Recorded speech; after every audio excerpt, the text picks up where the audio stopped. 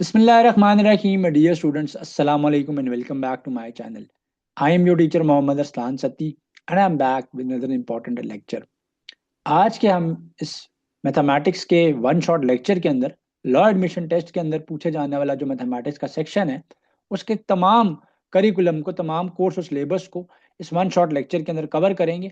और मैं उम्मीद करता हूं कि अगर आप इन क्वेश्चंस को कवर अप कर लेते हैं तो इंशाल्लाह आप अपने मैथमेटिक्स के सेक्शन के अंदर 5 आउट ऑफ 5 मार्क्स जो है वो अचीव कर सकते हैं। तो सबसे पहले मैं आपको ये बताता चलूँ कि लॉ एडमिशन टेस्ट के अंदर 5 मार्क्स के क्वेश्चन जो है वो मैथमेटिक्स के होते हैं और उसके सिलेबस में बेसिक अरिथमेटिक के क्वेश्चन इंक्लूड होते हैं। इसमें addition, subtraction, multiplication, division, BODMAS rule, order of operations को करना है, फ्रैक्शन और डेसिमल्स हैं, परसेंटेजेस की कैलकुलेशंस हैं, परसेंटेज इंक्रीज निकालना, डिक्रीज निकालना, डिस्काउंट, प्रॉफिट या लॉस की कैलकुलेशंस हैं, रेशियोज एंड प्रोपोर्शंस हैं, डायरेक्ट एंड इनडायरेक्ट प्रोपोर्शंस हैं। उसके अलावा एवरेजेस के क्वेश्चंस होते हैं, डाटा इंटरप्रिटेशन के क्वेश्चंस होते हैं जिनके अंदर हम लोगों ने मीडियन या मॉड की कैलकुलेशंस करनी होती हैं, टाइम, स्पीड एंड डिस्टेंस की कैलकुलेशंस हैं। उसके अलावा डिस्टेंस फार्मूला जो है उसकी एप्लीकेशंस आती हैं, टाइम एंड वर्क से रिलेटेड क्वेश्चंस होते हैं, बेसिक अलजेब्रा के क्वेश्चंस होते हैं, वर्ड प्रॉब्लम्स होते हैं, बेसिक ज्योमेट्री होती है और नंबर्स का बेसिक कॉन्सेप्ट होता है।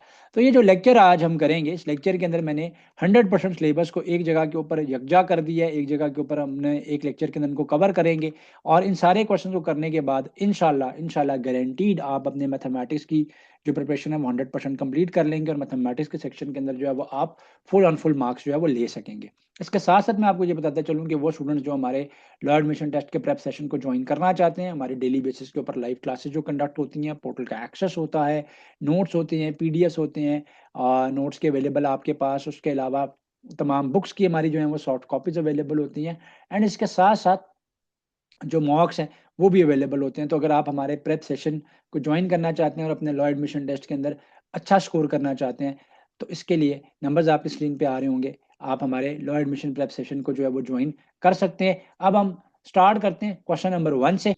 तो पहला जो क्वेश्चन है या इस टाइप का जो क्वेश्चन है, ये जो क्वेश्चन होते हैं ये बॉड मैथ रूल के क्वेश्चन होते हैं।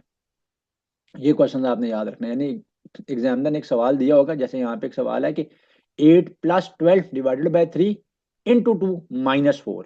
अब अगर आप देखें तो इस क्वेश्चन के अंदर एडिशन के भी साइन यूज हुआ है, डिवीजन का भी है, मल्टीप्लीकेशन का भी है, माइनस का भी है और आपको ये कह रहा है कि इसकी वैल्यू इवेल्युएट करें। इवेल्युएट करने का मतलब होता है कि इसकी वैल्यू आपने जो है ना वो फाइंड आउट करनी है या कैलकुलेट करनी है। तो वैल्यू इवेल्युएट करना, कैलकुलेट करना, फाइंड आउट करना एक ही चीज है। और इस तरह के सवालों के अंदर जो है जिसके अंदर आपने सिंप्लीफिकेशन करके वैल्यू निकालनी है, ये इसमें बॉड मैथ रूल जो है वो इन्वॉल्व होता है। एक बात याद रखिएगा, लैट के जो टेस्ट के अंदर मैथमेटिक्स का पोर्शन है वो जनरल मैथमेटिक्स से रिलेट करता है। मैक्सिमम क्लास 7th 8th तक जो आपने मैथ्स पढ़ा हुआ उसके बेसिक कॉन्सेप्ट होते हैं। तो ये बिल्कुल उसी डिफिकल्टी लेवल के क्वेश्चन मैंने जैसे कि बताया कि ऐड किए हैं। तो इस तरह का क्वेश्चन सम टाइम बीच में होता है जिसमें आपने कोई ना कोई वैल्यूएशन या कैलकुलेशन करनी होती है नंबर्स नंबर्स के ऊपर सिर्फ। तो इन क्वेश्चन के अंदर आपने कौन सा रूल लगाना है, इन क्वेश्चन के अंदर आपने लगाना है बॉड मैथ रूल लगाना है। बॉड मैथ रूल जो है ना वो आपने लगाना है। सो बॉड मैथ रूल क्या कहता है? बॉड मैथ रूल कहता है कि अगर किसी क्वेश्चन के अंदर ब्रैकेट है तो उस ब्रैकेट को आप सबसे पहले सॉल्व करेंगे। फिर वो ये कहता है कि वहां पे अगर ऑर्डर है यानी पावर है तो फिर आप सेकंड नंबर पे उसको सॉल्व करेंगे, थर्ड पे आप डिवीजन को सॉल्व करेंगे, फोर्थ पे आप मल्टीप्लिकेशन को सॉल्व करेंगे, फिफ्थ पे आप एडिशन को सॉल्व करेंगे, लास्ट में आप सब्ट्रैक्शन के लिए सॉल्व करेंगे। तो इस क्वेश्चन में तो खैर कोई ब्रैकेट मौजूद नहीं है, लेकिन अगर लेट से ब्रैकेट मौजूद होती भी और ये क्वेश्चन यूं होता 12 × 3 होता, 12/3 × 2 होता और जहां पे ब्रैकेट होती तो मैं सबसे पहले इस ब्रैकेट को ही सॉल्व करता, ये जिसको अब मैंने ग्रीन कलर में हाईलाइट कर दिया। पावर यहाँ पे कोई नहीं है, ठीक है। तो अगर पावर होती तो फिर मैं ब्रैकेट सॉल्व करने के बाद जो पावर है उसको कैलकुलेट करता। देखिए पावर कैसे कैलकुलेट होती है, 2 की पावर 2 का मतलब क्या है कि 2 मरतबा 2 मल्टीप्लाई होगा, 2 × 2 हो जाएगा। 3 की पावर 5 का मतलब क्या है, 3 × 3 × 3 × 3 × 3 × 3 5 दफा 3 आपस में मल्टीप्लाई होगा।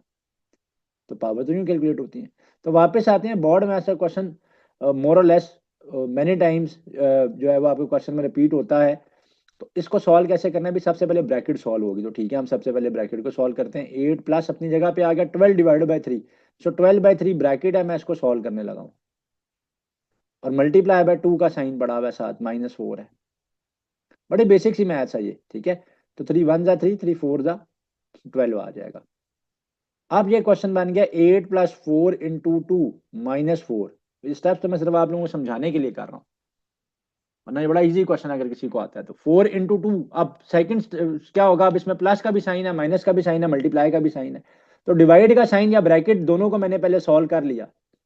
अब ऑर्डर में आगे क्या आता है कि पहले मल्टीप्लीकेशन की जाए, ऐड नहीं करते लग जाना कि 8 में 4 को नहीं ऐड करना, या 2 में से 4 को इस वाले को माइनस नहीं करना।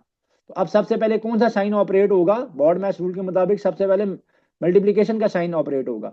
तो ये जो टर्म है ना मेरे पास 4 into 2, इसको मैं मल्टीप्लाई करवाऊंगा पहले, तो ये आंसर आएगा मेरे पास 8 प्लस 4 into 2। 4 into 2 क्या होता है, 8 होता है, और ये वाला -4 अपनी जगह पे है। अब नेक्स्ट स्टेप क्या कहते हैं कि पहले एडिशन करो फिर सब्ट्रैक्शन करना, तो इन दोनों को मैं पहले ऐड करूंगा, 8 + 8 क्या हो जाएगा, 16 हो जाएगा, -4। तो आखिर में मैं 16 - 4 करूंगा, लास्ट में आपने सब्ट्रैक्शन का जो है ना वो साइन सॉल्व करना होता है। 16 - 4 आप जब करेंगे तो 12 आ जाएगा। तो बॉर्ड मैच रूल का क्वेश्चन जब भी आए तो सबसे पहले ब्रैकेट सॉल्व होगी, फिर ऑर्डर यानी पावर के लिए सॉल्व करेंगे, अगर पावर है, अगर पावर मौजूद नहीं है तो डिवीजन के लिए सॉल्व करेंगे, फिर मल्टीप्लीकेशन, एडिशन और आखिर में सब्ट्रैक्शन होगा। तो आंसर मेरे पास क्या आ गया, 12 आ गया। तो मैंने इन डिटेल स्टेप वाइज आपको बॉर्ड मैथ रूल का क्वेश्चन समझाया है। कोशिश ये की है कि इस लेक्चर को करने के बाद आप इंशाल्लाह मैथमेटिक्स में 5/5 पूरे मार्क्स ले सकें। तो कॉन्सेप्ट देखने हैं, वैल्यूज डेफिनेटली चेंज होंगी, क्वेश्चंस थोड़ा सा ट्रिक की फॉर्म में आ सकते हैं, स्टेटमेंट की फॉर्म में आ सकते हैं। नेक्स्ट क्वेश्चन है, एग्जामिनर हमें कह रहा है कि एवरेज आपने फाइंड आउट करनी है 6, 8, 10 और 12 की। 6, 8, 10 और 12 की आपने एवरेज फाइंड आउट करनी है। 6, 8, 10 और 12 की आपने एक एवरेज जो है ना फाइंड आउट करनी है। तो एवरेज का अगर फॉर्मूला आएगा तो उसका, एवरेज का अगर क्वेश्चन आएगा तो उसको कैसे सॉल्व करेंगे, उसमें पहले एवरेज का हम फॉर्मूला लगाएंगे। एवरेज का फॉर्मूला क्या होता है, sum divided by n. Sum divided by n करते हैं आप इसमें, यानी जितने भी नंबर्स हैं उन सबको आप सम करते हैं। सम करने का मतलब क्या होता है कि उन सबको आप ऐड करते हैं, और जितने वो नंबर ऑफ नंबर्स हैं, जितना उनका नंबर है, जितनी उनकी तादाद है, उस पर आप जो है ना वो डिवाइड कर लेते हैं। तो वो जो स्टूडेंट जिनका मैथ बहुत ही वीक है ना, तो जितने जितने नंबर और नंबर्स हैं उस पर आप डिवाइड कर लेते हो। तो यहाँ पे हमें एवरेज निकालने का एग्जामिनर ने कहा है 6, 8, 10 और 12 की आप एवरेज निकालें। तो एवरेज कैसे निकालेंगे हम 6, 8, 10 और 12 की, तो हम 6 को ऐड करेंगे, उसमें 8 ऐड करेंगे, उसमें 10 ऐड करेंगे, उसमें 12 ऐड करेंगे, all these numbers will be added up. अब ये 4 नंबर्स बनते हैं ना, 1, 2, 3, 4। तो 4 पे हम क्या कर लेंगे, डिवाइड कर लेंगे। तो ऊपर मैं इनको ऐड कर लेता हूँ, 6 और 8 14, 14 में मैं 10 ऐड करूंगा 24, 24 में मैं 12 ऐड करूंगा तो ऊपर आ जाएगा 36, नीचे आ जाएगा 4।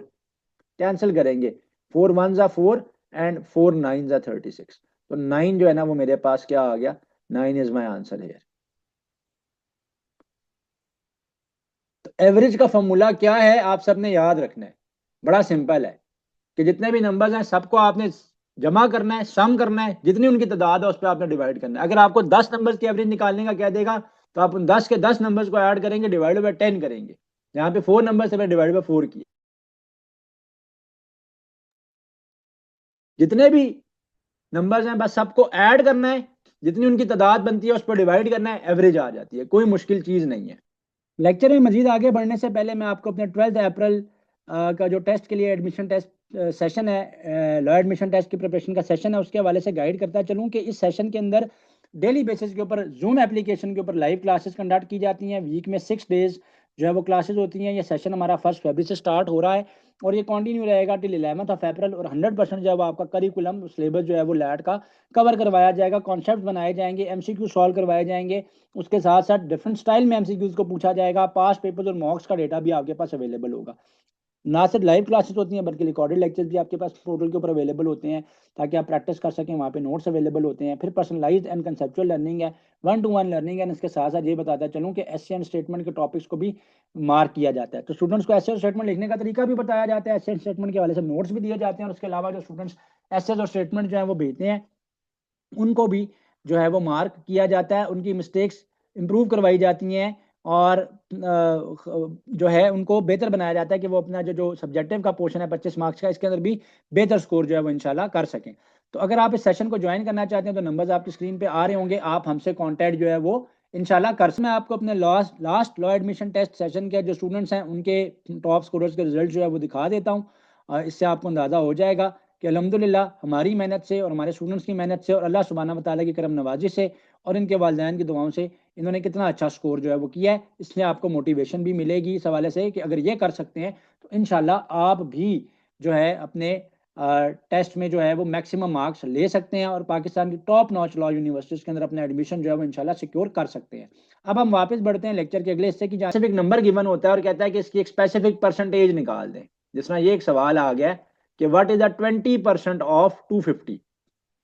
250 का 20% क्या है, 250 का 20% क्या है।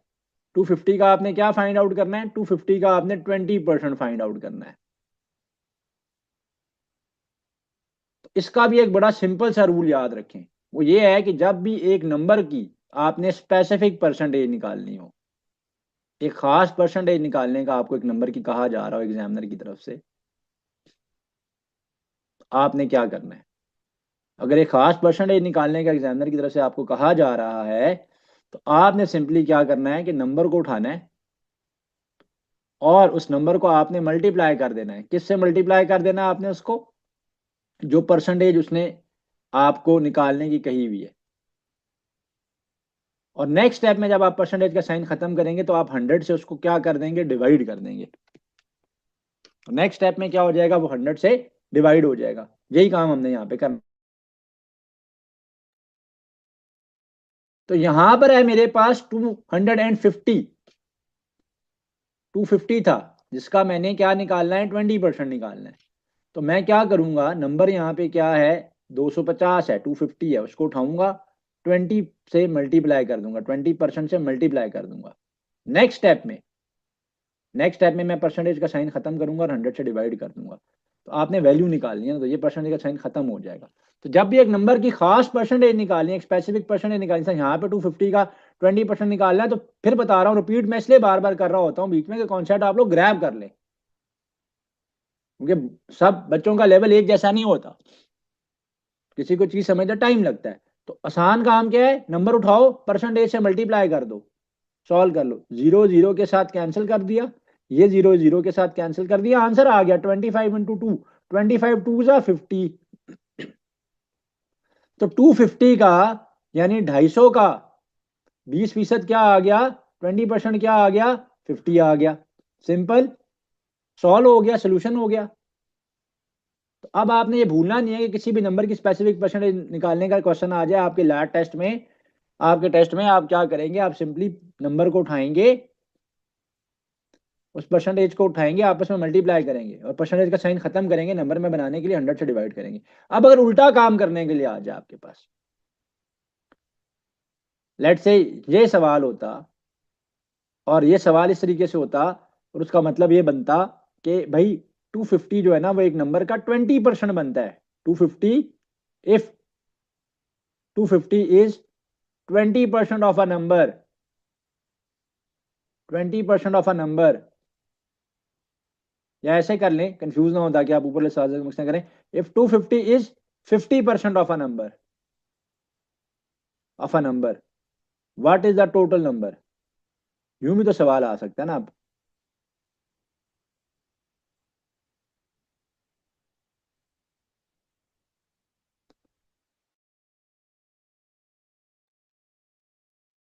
इस केस में आप क्या करोगे, इस केस में आप सिंपली, आप सवाल को समझें, ये सवाल ऊपर वाले सवाल से कैसे फर्क है। यहाँ पे कह रहा है कि 250 जो है वो एक नंबर का 50% बनता है, 250 जो है वो एक नंबर का 50% बनता है। आप ये बताइए कि वो टोटल नंबर क्या होगा, टोटल नंबर क्या है। तो फिर इस केस में क्या करना है, जब भी आपको टोटल नंबर निकालने का कहा जा रहा हो, टोटल वैल्यू निकालने का कहा जा रहा हो, तो फिर आप क्या करेंगे कि फिर आप जो नंबर है उस नंबर को मल्टीप्लाई करवाएंगे 100 से और गिवन परसेंटेज से डिवाइड कर लेंगे। आपके पास टोटल वैल्यू या टोटल नंबर आ जाएगा।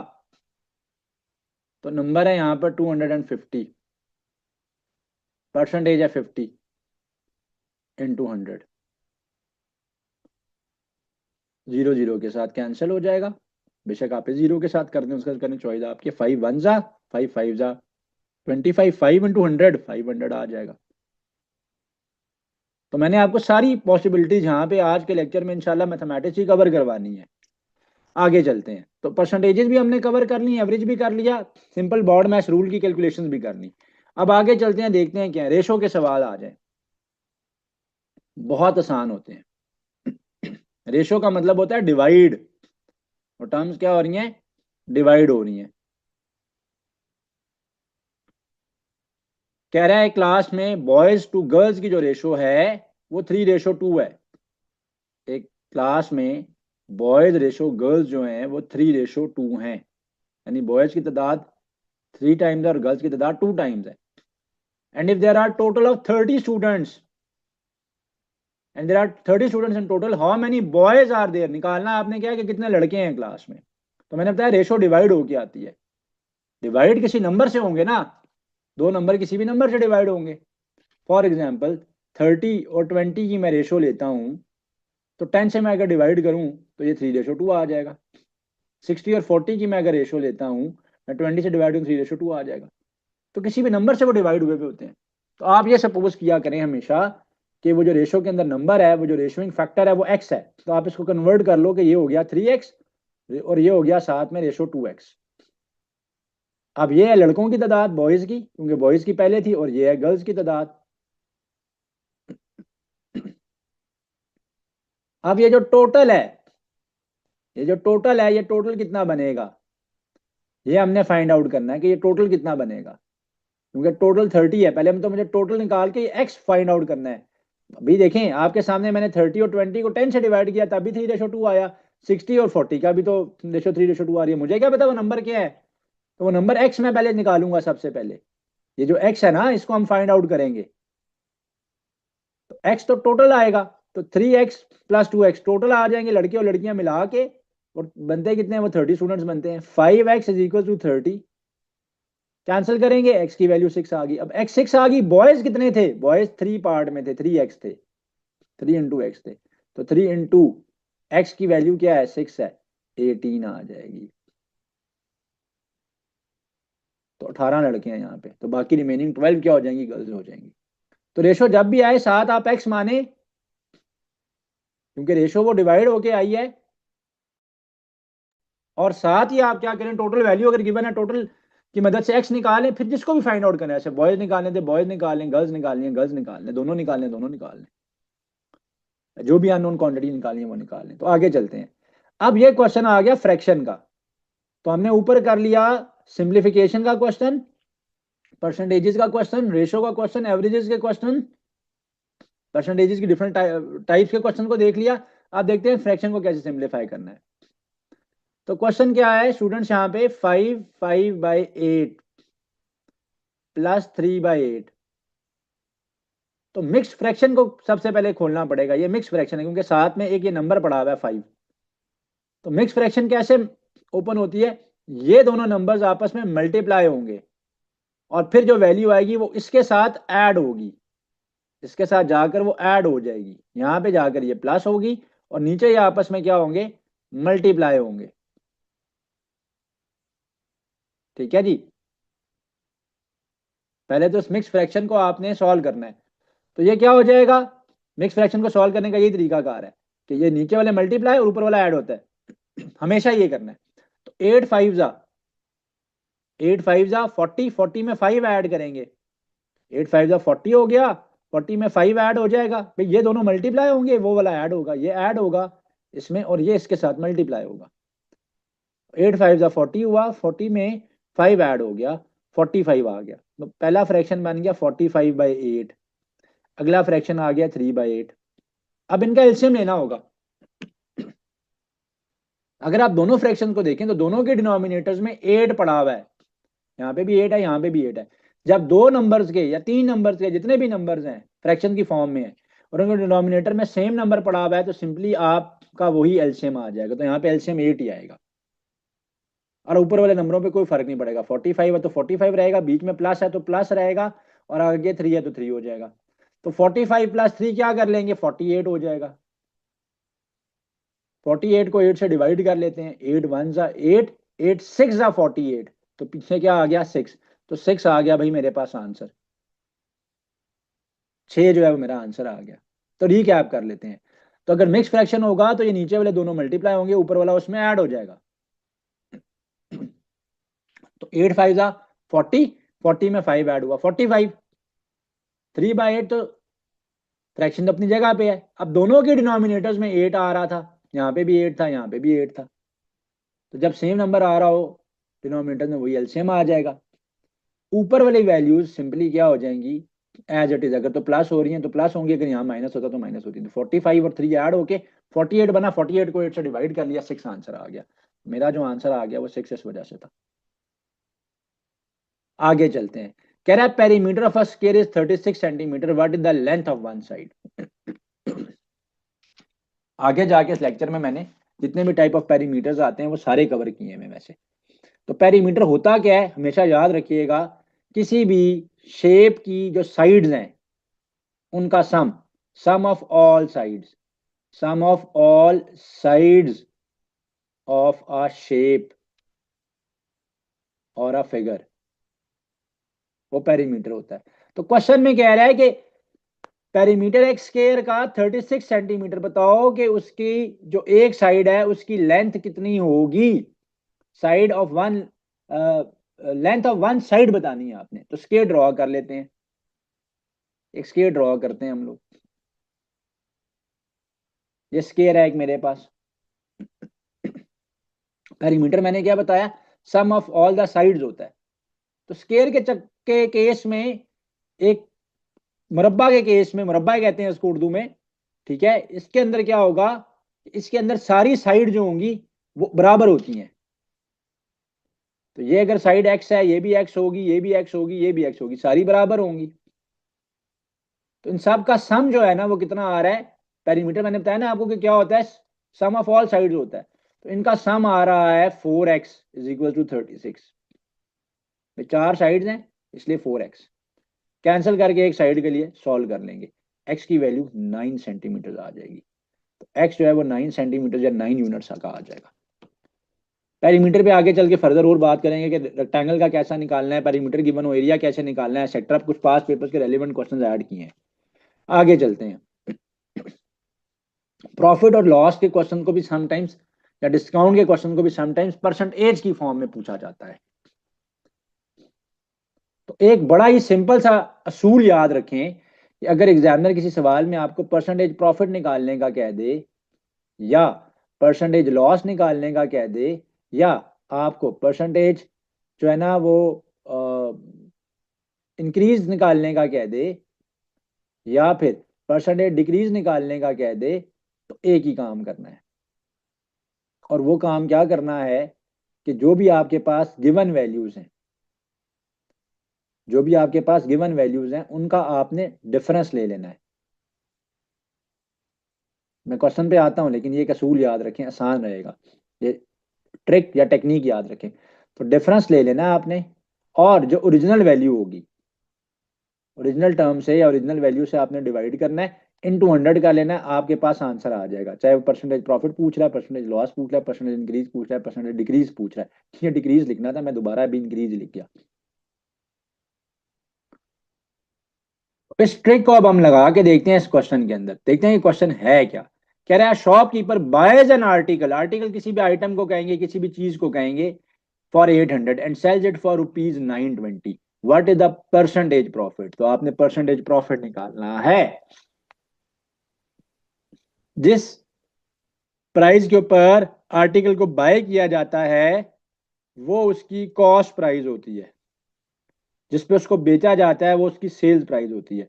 और प्रॉफिट दोनों के फर्क से आता है, sales price minus cost price से आता है। तो मैंने आपको बताया कि जब भी एग्जामिनर आपको कहे कि भाई परसेंटेज प्रॉफिट निकालो या लॉस निकालो या इंक्रीज या डिक्रीज निकालो, तो आपने दोनों का डिफरेंस लेना है। तो वो तो मैंने पहले भी बता दिया था, शॉर्टकट में भी बता दिया था, और यहाँ पे भी बता दिया कि प्रॉफिट कैसे आता है, नफा कैसे आता है, sales price minus cost price करके। तो हम इन दोनों वैल्यूज का डिफरेंस ले लेंगे जो मैंने आपको शॉर्टकट बताया। तो 920 में से आप 800 को माइनस कीजिएगा। ओरिजिनल वैल्यू क्या बनती थी भाई, ओरिजिनली उसको बाय किया था 800 का ना, बाद में बेचा 920 का। तो ओरिजिनली तो 800 है, तो ओरिजिनल वैल्यू तो 800 है। In other words, percentage profit निकालने के लिए आप क्या करेंगे कि आप परसेंटेज प्रॉफिट निकाल रहे हो, तो इसको निकालने के लिए आपने क्या करना है कि आप sell price minus cost price का difference divided by original price क्या थी, कॉस्ट प्राइस इनटू 100 करेंगे। तो ये चीज़ और ये चीज़ आसान ही है ना, एक ही है, तो इसको याद रखने ज़्यादा आसान हो जाएगा। तो 920 में से 800 माइनस डिवाइड बाई 800, यानी 800 ओरिजिनल वैल्यू थी इंटू 100 कर लेंगे, आपके पास आंसर आ जाएगा। कैंसिल करते हैं, जीरोज जीरोज के साथ कैंसिल हो जाएंगे। 920 और 800 का डिफरेंस कितना आ जाएगा, 120, 120 डिवाइड बाई 8 आ जाएगा। और हम इसको 4 से कैंसिल कर देंगे, 4 टू जा, 4 थ्री जा और 0, फिर कैंसिल करेंगे 2 वन जा और ये 15। पेपर में कैलकुलेटर अलाउ नहीं होगा, तो इस तरीके से मैं आपको डिवाइड भी करके स्टेप्स बता रहा हूँ ताकि इजीली जो है ना वो आप इसको पेपर में याद रख सको। तो 15% आ गया। तो किसी भी तरह का सवाल आए ना कि भाई लॉस निकाल दो परसेंटेज में, प्रॉफिट निकाल दो, तो इस तरह का सवाल आ जाए कि जी पहले एक इलाका है या एक सिटी है, वहाँ पे पॉपुलेशन इतनी है, बाद में उसकी पॉपुलेशन बढ़कर इतनी हो गई है, तो अब आप ये बताएं कि परसेंटेज इंक्रीज कितना होगा या डिक्रीज कितना होगा। तो तब भी आपने यही काम करना है, डिफरेंस नीचे ओरिजिनल वैल्यू इंटू 100। अब यहाँ पे डिस्काउंट दिया जा रहा है, कह रहा है if a book cost rupees 500 and a discount of 10% is given, what is the discounted price. तो डिस्काउंट में तो क्या होती है, वैल्यू डिक्रीज हो जाती है, कमी आती है ना उसमें। तो 500 की एक बुक है जिसपे 10% का डिस्काउंट दिया गया, तो बताओ नई डिस्काउंटेड प्राइस क्या होगी। तो ऊपर मैंने आपको बताया किसी भी नंबर की स्पेसिफिक परसेंटेज निकालनी है, नंबर को उठाएं, परसेंटेज से मल्टीप्लाई कर दें। तो 500 को मैं 10% से मल्टीप्लाई कर दूंगा और नेक्स्ट स्टेप में मैं परसेंटेज का साइन खत्म करते हुए 100 से डिवाइड करूंगा, जीरो जीरो के साथ कैंसिल, 5 इंटू 10 50 आ जाएगा। तो 500 का 10% या 10% क्या आएगा, 50 आएगा। अब 500 उसकी प्राइस थी, 50 रुपीज, यानी 10% बन गया उसका डिस्काउंट, और पीछे उसकी प्राइस क्या आ जाएगी, 450। तो ऑलरेडी इसके ऊपर एक्सप्लेनेशन हो चुकी है। अब ये आ जाते हैं कि भाई अंडर रूट निकाल दो, स्क्वायर रूट निकाल दो, स्क्वायर रूट ऑफ 144 निकालना है। आपको नहीं आता कैसे करेंगे, बड़ा सिंपल है। आप 144 को फैक्टराइज करना शुरू कर दो। 2 के टेबल से मैं करता हूँ, 2 से करूंगा, 2 7 जा 2 जा, फिर 2 से करूंगा, आगे आ जाएगा 3 जा 6, 1 बचा, 1 और 2 12 6, फिर 2 से करूंगा, 2 1 जा 2, 1 और 6, 3 में से 2 गया, 1 बचा, 1 और 6 16, 2 8 जा 16, फिर 2 से करूंगा, 2 9 जा 18। अब 9 तो नहीं आता 2 के टेबल में, तो फिर 3 से डिवाइड कर लेते हैं, 3 3 जा 3 1 जा। तो ये क्या बन गया, ये बन गया 2 multiply by 2 multiply by 2 multiply by 2 multiply by 3 multiply by 3, whole है ऊपर यहाँ पे अंडर रूट। तो सबसे पहले अब आप इनकी ग्रुपिंग करेंगे। 2 कितने हैं, 2 की पावर 4 है, इंटू 3 कितने हैं, 3 की पावर 2 है, 3 की पावर 2 है, ऊपर आ जाएगा होल अंडर रूट, एक आ जाएगा 2 की पावर 4 इंटू एक आ जाएगा 3 की पावर 2 का अंडर रूट। अब दो नंबर मल्टीप्लाई हो रहे हो, होल अंडर रूट हो तो दोनों लहदा लहदा हो जाते हैं। ए इंटू बी होगा तो अंडर रूट ए इंटू अंडर रूट बी होगा, मैंने ये काम किया है। तो अंडर रूट के साथ जब 4 कैंसिल होगा तो डिवाइड हो जाएगा, 2 2 जा इंटू स्केयर के साथ अंडर रूट कैंसिल हो जाएगा, 3 आ जाएगा, क्योंकि स्केयर रूट क्या होता है, पावर 1/2 होता है ना। स्केयर रूट क्या होता है, पावर 1/2। और दूसरा भी हो जाएगा 3 इंटू 2 पावर 1/2, 2 2 के साथ कैंसिल या 2 इसके साथ कैंसिल, तो 2 की पावर 2 वो आ गया 4 इंटू 3, 4 इंटू 3 12। तो अब इतने एक्सप्लेन कर दिए स्टेप्स, अगर अभी भी अंडर रूट निकालना ना आए तो फिर तो आपकी गलती है, आपको इसको प्रैक्टिस करना चाहिए। आगे अब एक और बात पल्ले से मान लीजिए कि अक्सर स्पीड का क्वेश्चन भी पेपर के अंदर इंक्लूडेड हो सकता है। तो स्पीड के क्वेश्चंस को सॉल्व करने का बड़ा ही आसान तरीका है, स्पीड का फॉर्मूला याद रख लीजिए। स्पीड का फॉर्मूला होता है distance divide by time. Distance को टाइम से आपने क्या कर देना है, डिवाइड कर देना है।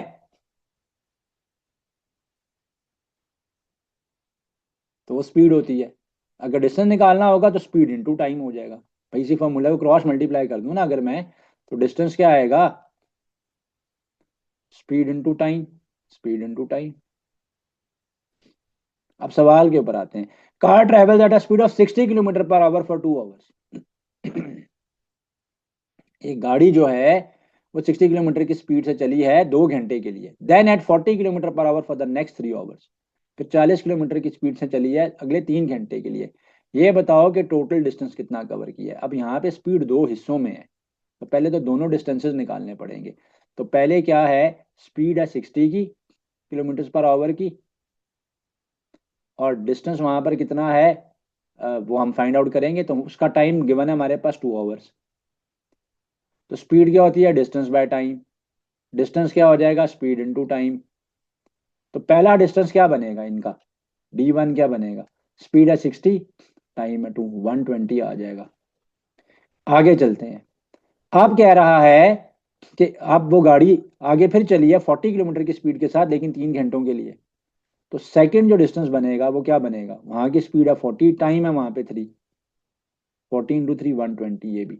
ये भी 120 था, 6 2 12 और ये जीरो अपनी जगह पे 120 था। तो पहले भी इसने जो 2 घंटे ट्रैवल किया 120 का डिस्टेंस कवर किया, बाद में से 3 घंटों में 120 किलोमीटर का डिस्टेंस कवर किया। टोटल डिस्टेंस कितना आएगा, टोटल डिस्टेंस दोनों डिस्टेंसेस को ऐड करके आ जाएगा। तो पहले भी 120 है, दोबारा अगेन 120 है। तो 120 + 120 240 किलोमीटर हो जाएगा total distance. A right angle triangle has one angle of, अब बेसिक कॉन्सेप्ट एंगल्स के देखते हैं, ट्राइंगल्स के देखते हैं क्विकली। राइट एंगल ट्राइंगल ऐसे ट्राइंगल को कहते हैं जिसके अंदर एक एंगल 90 डिग्री का होगा। एक एंगल कितने डिग्री का होगा, 90 डिग्री का होगा। तो मैं ड्रॉ करता हूँ। राइट एंगल ट्राइंगल ऐसा होता है कि जिसमें एक एंगल जो है ना वो 90 डिग्री का होगा। एंगल एक जो है वो कितने डिग्रीज का होगा, यहाँ पर 90 डिग्रीज का होगा। तो ऐसे ट्राइंगल को आप क्या कहते हैं, राइट एंगल ट्राइंगल कहते हैं, has one angle of 90 degrees. एक ट्राइंगल के जो टोटल एंगल्स का सम होता है, एक ट्राइंगल में 3 साइड्स होती हैं, 3 एंगल्स होते हैं, इनका सम हमेशा 180 डिग्री होता है, याद रखिएगा।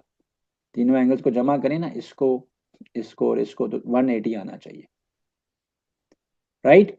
अच्छा, फिर ट्राइंगल से रिलेटेड एक और बात भी देख लेते हैं। अगर एक ऐसा ट्राइंगल है जिसमें ऑल 3 साइड्स आर इक्वल, ठीक है, ऑल साइड्स इक्वल है, ऑल साइड्स इक्वल है, तो ऐसे ट्राइंगल को कहते हैं हम इक्विलेटरल ट्राइंगल। क्या कहते हैं, इक्विलेटरल ट्राइंगल। ये भी एमसीक्यू बन जाता है कई दफा। इक्विलेटरल ट्राइंगल में क्या होता है भाई, ऑल 3 साइड्स इक्वल होती हैं, बेसिक सा सवाल वहीं पे खत्म। फिर आइसोसेलेस क्या होता है, उसमें एनी 2 साइड्स आर इक्वल। तो एक ट्राइंगल हो जिसमें 2 साइड्स बराबर हों, ठीक है ना, उसमें ये साइड और ये साइड लेट से बराबर है, 2 साइड्स आर इक्वल, तो इसको क्या कहते हैं, आइसोसेलेस। जिसमें कोई साइड इक्वल नहीं होती ना, उसको स्केलीन कहते हैं। वैसे तो ये दोनों कॉन्सेप्ट आपके टेस्ट के लिए काफी हैं, लेकिन मैंने वो भी बता दिया, उसको स्केलीन कहते हैं। आगे चलते हैं। कह रहा है sum of interior angles of a quadrilateral is, quadrilateral, quad का मतलब होता है 4, लेटरल का मतलब होता है साइड्स, 4 साइडेड फिगर को क्वाड्रिलेटरल कहते हैं।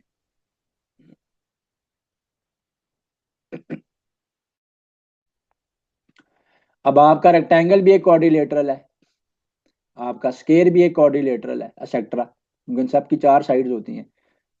आपका पैरेललोग्राम हो गया, रोम्बस हो गया, ठीक है। तो इन सब में क्या होता है कि इन सब में जो जितनी भी ऑल 4 साइड के एंगल्स को आप ऐड करोगे तो हमेशा एंगल 360 डिग्री आता है। ये भी इनका बेसिक कॉन्सेप्ट पूछा हुआ है। अब आगे आते हैं। कह रहा है in a right angle triangle, और कीजिएगा, in a right angle triangle. Right angle triangle में मैंने आपको बताया कि क्या होता है कि एक एंगल 90 डिग्री का होता है। एक एंगल कितने डिग्रीज का होता है, 90 डिग्रीज का होता है। In a right angle triangle another angle is of 50 degree, एक और एंगल कह रहा है उसमें 50 डिग्री का है। तो बताओ तीसरा एंगल क्या होगा। तो ट्राइंगल के एंगल्स का सम हमेशा क्या होता है, 180 डिग्री। तो पहला एंगल अल्फा, दूसरा एंगल बीटा, तीसरा एंगल गैमा, तीनों ऐड करो तो हमेशा क्या होता है, 180 डिग्री। जिन बच्चों को मैथ्स वीक है वो कंफ्यूज हो जाएंगे, इसलिए ए बी सी कर लेते हैं। तो एक एंगल ए, एक एंगल बी, एक एंगल सी, 180 डिग्री। तो 90 डिग्री का एक एंगल है, 50 डिग्री का एक एंगल है, तीसरा एंगल सी फाइंड आउट करना है, 180 कर लेंगे। 90 और 50 को ऐड करेंगे क्या आएगा, 140, 140 चला जाएगा, राइट साइड पे माइनस हो जाएगा, ठीक है। एक एंगल है 90 डिग्री का, एक एंगल है 50 डिग्री का, ऐड हो गया, राइट साइड पे जाके माइनस हो गया, पीछे आ जाएगा 40 डिग्री। ये क्वेश्चन में मेरे साथ टाइपिंग मिस्टेक है, ये एंगल ऑप्शन 1 बना लें इसको, 40 डिग्री का आएगा तीसरा एंगल। ये ट्रायंगल में तीनों एंगल्स का सम हमेशा क्या होता है, 180 डिग्री होता है। तो ये कॉन्सेप्ट अगर याद है बेसिक सा, आप इसमें से क्वेश्चन सॉल्व कर लोगे। Which of the following is a prime number. Prime number क्या है भाई, ऐसा नंबर जो सिर्फ 1 के टेबल में आए और अपने टेबल में आए, प्राइम नंबर कहलाता है। तो 21 तो 3 के टेबल में भी आ जाता है, 7 में भी आ जाता है, और तो खैर बीच में नहीं आता 1 और 21 के बीच में, तो ये तो प्राइम नहीं हो सकता कभी भी। 29 की बात देखते हैं, तो 1 से लेके 29 तक जो बीच में जितने भी नंबर्स बनते हैं, 129 जा 29 होता है, या फिर 29 1 जा 29 होता है। तो 29 अपने टेबल के अलावा और 1 के टेबल के अलावा किसी टेबल में नहीं आता, तो this is a prime number. तो प्राइम नंबर क्या है, जो सिर्फ और सिर्फ 1 के टेबल में आते हैं और अपने टेबल में आते हैं, उसके अलावा किसी नंबर के टेबल में नहीं आते। तो नेक्स्ट क्वेश्चन की तरफ अब हम चलते हैं। If the area of a rectangle is 48 square centimetres and the length is 8 centimetres, find its width. एक रेक्टेंगल है, उसका एरिया गिवन है कितना, 48 सेंटीमीटर्स। कह रहा है कि लेंथ जो है ना वो है उसकी 8 सेंटीमीटर्स।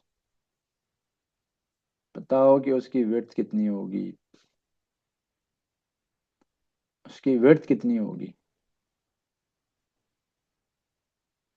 तो रेक्टेंगल के अंदर ऑपोजिट टू साइड्स इक्वल होती हैं, तो विड्थ दोनों इक्वल होती हैं, लेंथ भी दोनों इक्वल होती हैं। एरिया इसका होता है, एरिया का फॉर्मूला उसका होता है लेंथ इंटू विड्थ। तो लेंथ इंटू विड्थ इसके एरिया का फॉर्मूला होता है, और इसके पेरीमीटर का फॉर्मूला भी याद रखने, वो होता है 2 into length plus width. 2 into length plus width. तो यहां पर गिवन है जी area 48 square centimetres, length given है 8 सेंटीमीटर। तो एरिया है 48, लेंथ है 8, विड्थ निकालनी है। कैंसिल कर लेंगे ना, ये 8 जो यहाँ मल्टीप्लाई हो रहा है वहां जाकर डिवाइड हो जाएगा, 8 1 जा 8, 8 6 जा 48, तो विड्थ आ जाएगी 6 सेंटीमीटर्स। सिंपल ये विड्थ आ जाएगी। तो एरिया रेक्टेंगल का क्या होता है, लेंथ इंटू विड्थ, उसका पेरीमीटर क्या होता है, 2 इंटू लेंथ प्लस विड्थ। ठीक है जी। ट्राइंगल का एरिया क्या होता है, ट्राइंगल का एरिया होता है 1/2 into base into height, 1/2 multiply by base into height. तो ये ट्राइंगल है, ये इसकी बेस है, ये इसकी हाइट है। 1/2 के साथ बेस और हाइट को मल्टीप्लाई करें, फॉर्मूला में पुट करें, वैल्यू आ जाएगी। ठीक है जी। और स्केयर का एरिया और स्केयर का पेरीमीटर मैं ऊपर करवा चुका हूं। यहाँ पे आगे स्केयर आ रहा है, उसका ओवरव्यू भी हो जाएगा, फिर मैं सर्कल का भी बता देता हूँ। फिर 3 4 चीजें हम लोग बेसिक्स ही देखेंगे एक्स की वैल्यूज फाइंड आउट करने की, उनको हम सॉल्व करेंगे, तो ये हमारा वन शॉट कंप्लीट हो जाएगा इंशाल्लाह। कह रहा है perimeter of a square is 40 centimetres, what is its area, what is its area. Perimeter है स्केयर का, 40 सेंटीमीटर, एरिया बता दो कितना है। ऊपर भी मैंने बताया था कि पेरीमीटर होता है किसी भी फिगर का उसकी साइड्स का सम। तो स्केयर के केस में तो हर साइड एक्स होती है, ये भी एक्स, ये भी एक्स, ये भी एक्स, ये भी एक्स। तो ये हो जाएगा 4x, पेरीमीटर है किसके बराबर, 40 के। एक्स की वैल्यू क्या आ जाएगी, एक साइड की लेंथ क्या आ जाएगी, 10। एरिया कैसे आता है इसका, एक्स स्केयर करके, यानी लेंथ इंटू टू विड्थ या लेंथ इंटू ब्रेथ करके। इसमें लेंथ भी एक्स होती है, विड्थ भी एक्स होती है, सेम होती है ना। स्केयर के केस में सारी साइड इक्वल, 10 मल्टीप्लाई बाय 10 करेंगे, डॉट जो है ना 10 है यहाँ पे, 100 आ जाएगा। तो 100 स्केयर सेंटीमीटर, 100 स्केयर सेंटीमीटर वो इसका एरिया आ जाएगा। Solve for the value of x, कह रहे हैं एक्स के लिए सॉल्व करें, वेरी इजी। पहले हम सिंपल एक्स के लिए सॉल्व करते हैं, फिर आखिर में मैं एक क्वेश्चन साइमल्टेनियस इक्वेशन का करवाऊंगा, और फिर इंशाल्लाह एक क्वेश्चन करवाऊंगा वर्क रिलेटेड एग्जाम्पल का। और ये इन 22 क्वेश्चन में आपका लैट इंशाल्लाह 100%, मैथमेटिक्स का सेक्शन आपका 100% कवर्ड। तो पहले ब्रैकेट खोलनी है, अब यहाँ पे भी बॉर्ड मैच रूल लगेगा, तो पहले ब्रैकेट खोलनी है, 2 3 जा 6, 6x प्लस माइनस माइनस 2 5 जा 10 प्लस 4 अपनी जगह पे, उसको तो छेड़ा ही नहीं, इक्वल टू राइट साइड पे क्या पड़ा हुआ है, ये यूं था ब्रैकेट 5x माइनस 7, तो 5x माइनस 7 अपनी जगह पे पड़ा रहने दीजिए। एक्स वाले एक तरफ कर लें, कॉन्स्टेंट एक तरफ कर लें, तो एक्स वाले एक तरफ कर लेते हैं। 6x ये एक्स वाले एक तरफ कर लेते हैं। तो ये था 6x, 5x है प्लस, वहां जाएगा तो हो जाएगा -5x इज इक्वल टू -7, यहाँ पे अपनी जगह पे रह गया, -10 इधर जाएगा तो हो जाएगा +10, और ये +4 जब राइट साइड पे जाएगा तो हो जाएगा -4। प्लस माइनस माइनस, 10 में से 7 गया 3, साइन बढ़ेगा +3, -4, अगेन प्लस माइनस माइनस, मैंने स्टेप्स में कर दिया ताकि समझ आ जाए। तो प्लस माइनस माइनस होता है, 4 में से 3 गया 1 बचेगा, साइन बढ़ेगा -1 आ गया। और ये आएगा 6x -5x करेंगे तो x आ जाएगा, x की वैल्यू -1 आ जाएगी। x की वैल्यू क्या आई है? -1, ये माइनस साइंस लिखने थे, x की वैल्यू -1 आ गई। रिकैप कर लेते हैं इसको, ठीक है। ये 2 जो है ना, वो इस 3 के साथ भी मल्टीप्लाई होगा x के साथ, और इस 5 के साथ भी होगा। तो 2 × 3 plus plus plus, 2 × 3 = 6 x, plus minus minus minus, 2 × 5 = 10, +4 अपनी जगह पे। चाहो तो ज्यादा आसान करना है तो यहीं पे सॉल्व कर लो आप, ठीक है ना। वो यूं भी सॉल्व हो सकता है कि भाई ये 6x रहने दिया, प्लस माइनस माइनस हो गया, प्लस माइनस क्या हो गया माइनस, 10 में से 4 गया 6, साइन बढ़ेगा -5x -7 आ जाएगा। अब 5x को लेफ्ट साइड पे ले जाएंगे, 6x में से 5x को माइनस कर लेंगे, -6 को राइट साइड पे ले जाएंगे, यहां पर वो माइनस हो रहा था वहां जाकर प्लस हो जाएगा। तो प्लस माइनस माइनस,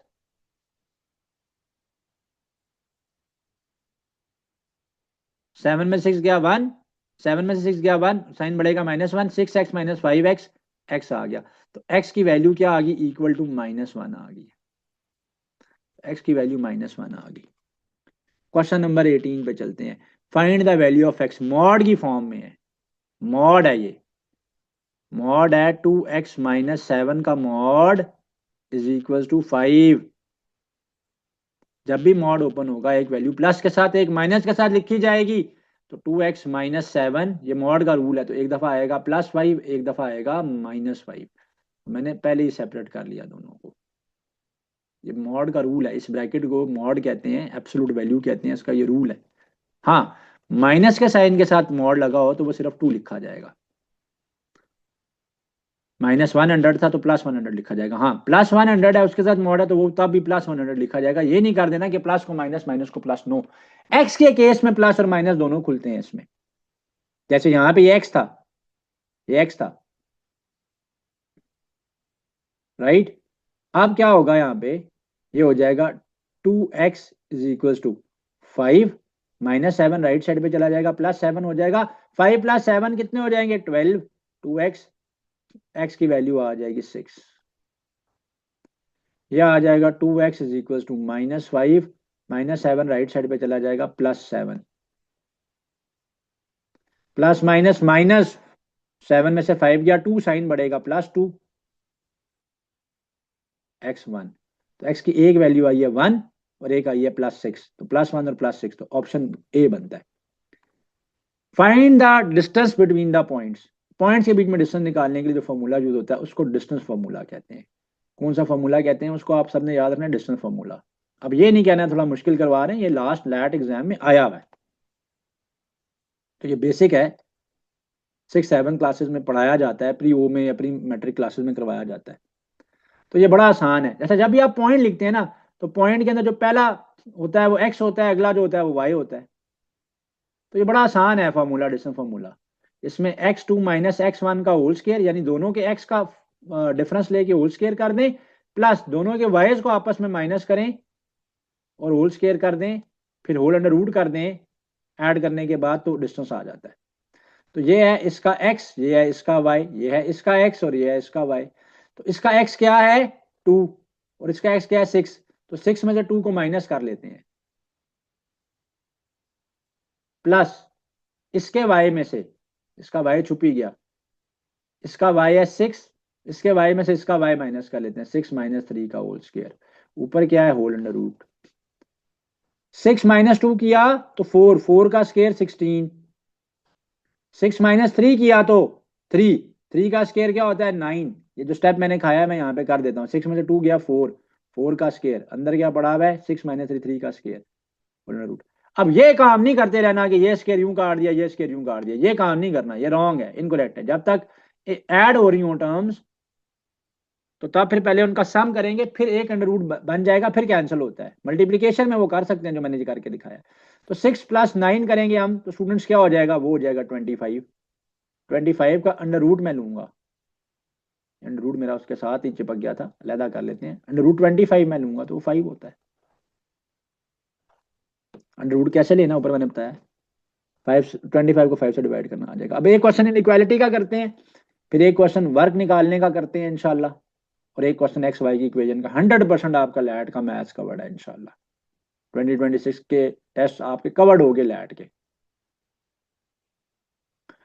तो ये है 3x - 7 ग्रेटर देन 2x + 5। तो परेशान नहीं हुआ करें लेस देन ग्रेटर देन का साइन देख के, काम वही करना है। एक्स वाले एक तरफ, कांस्टेंट से एक तरफ, तो ये उधर चला जाएगा और ये जो है ना इधर चला जाएगा।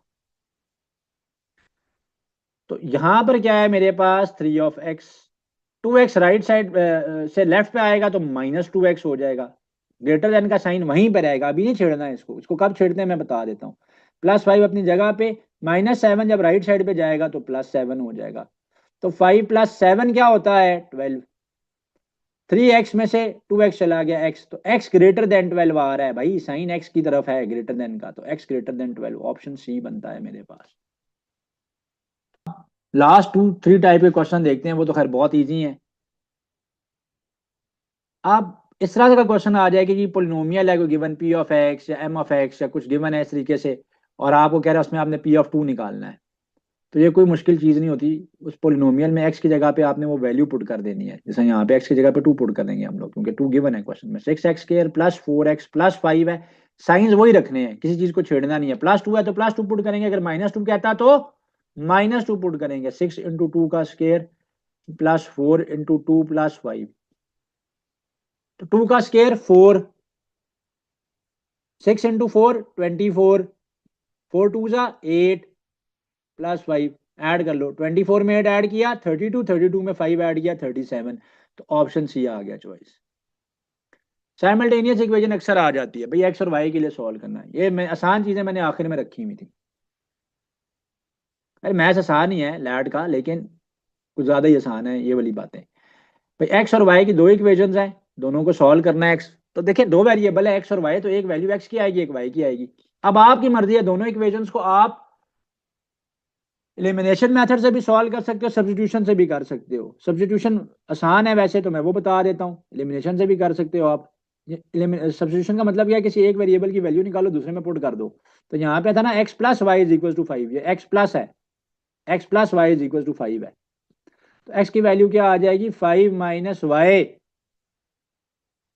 क्या आ जाएगी 5 - y, तो ये हो जाएगा 2x + 3y = 13। पहली इक्वेशन, दूसरी इक्वेशन से x को सेपरेट आउट कर लिया तो क्या बना वो, 5 - y।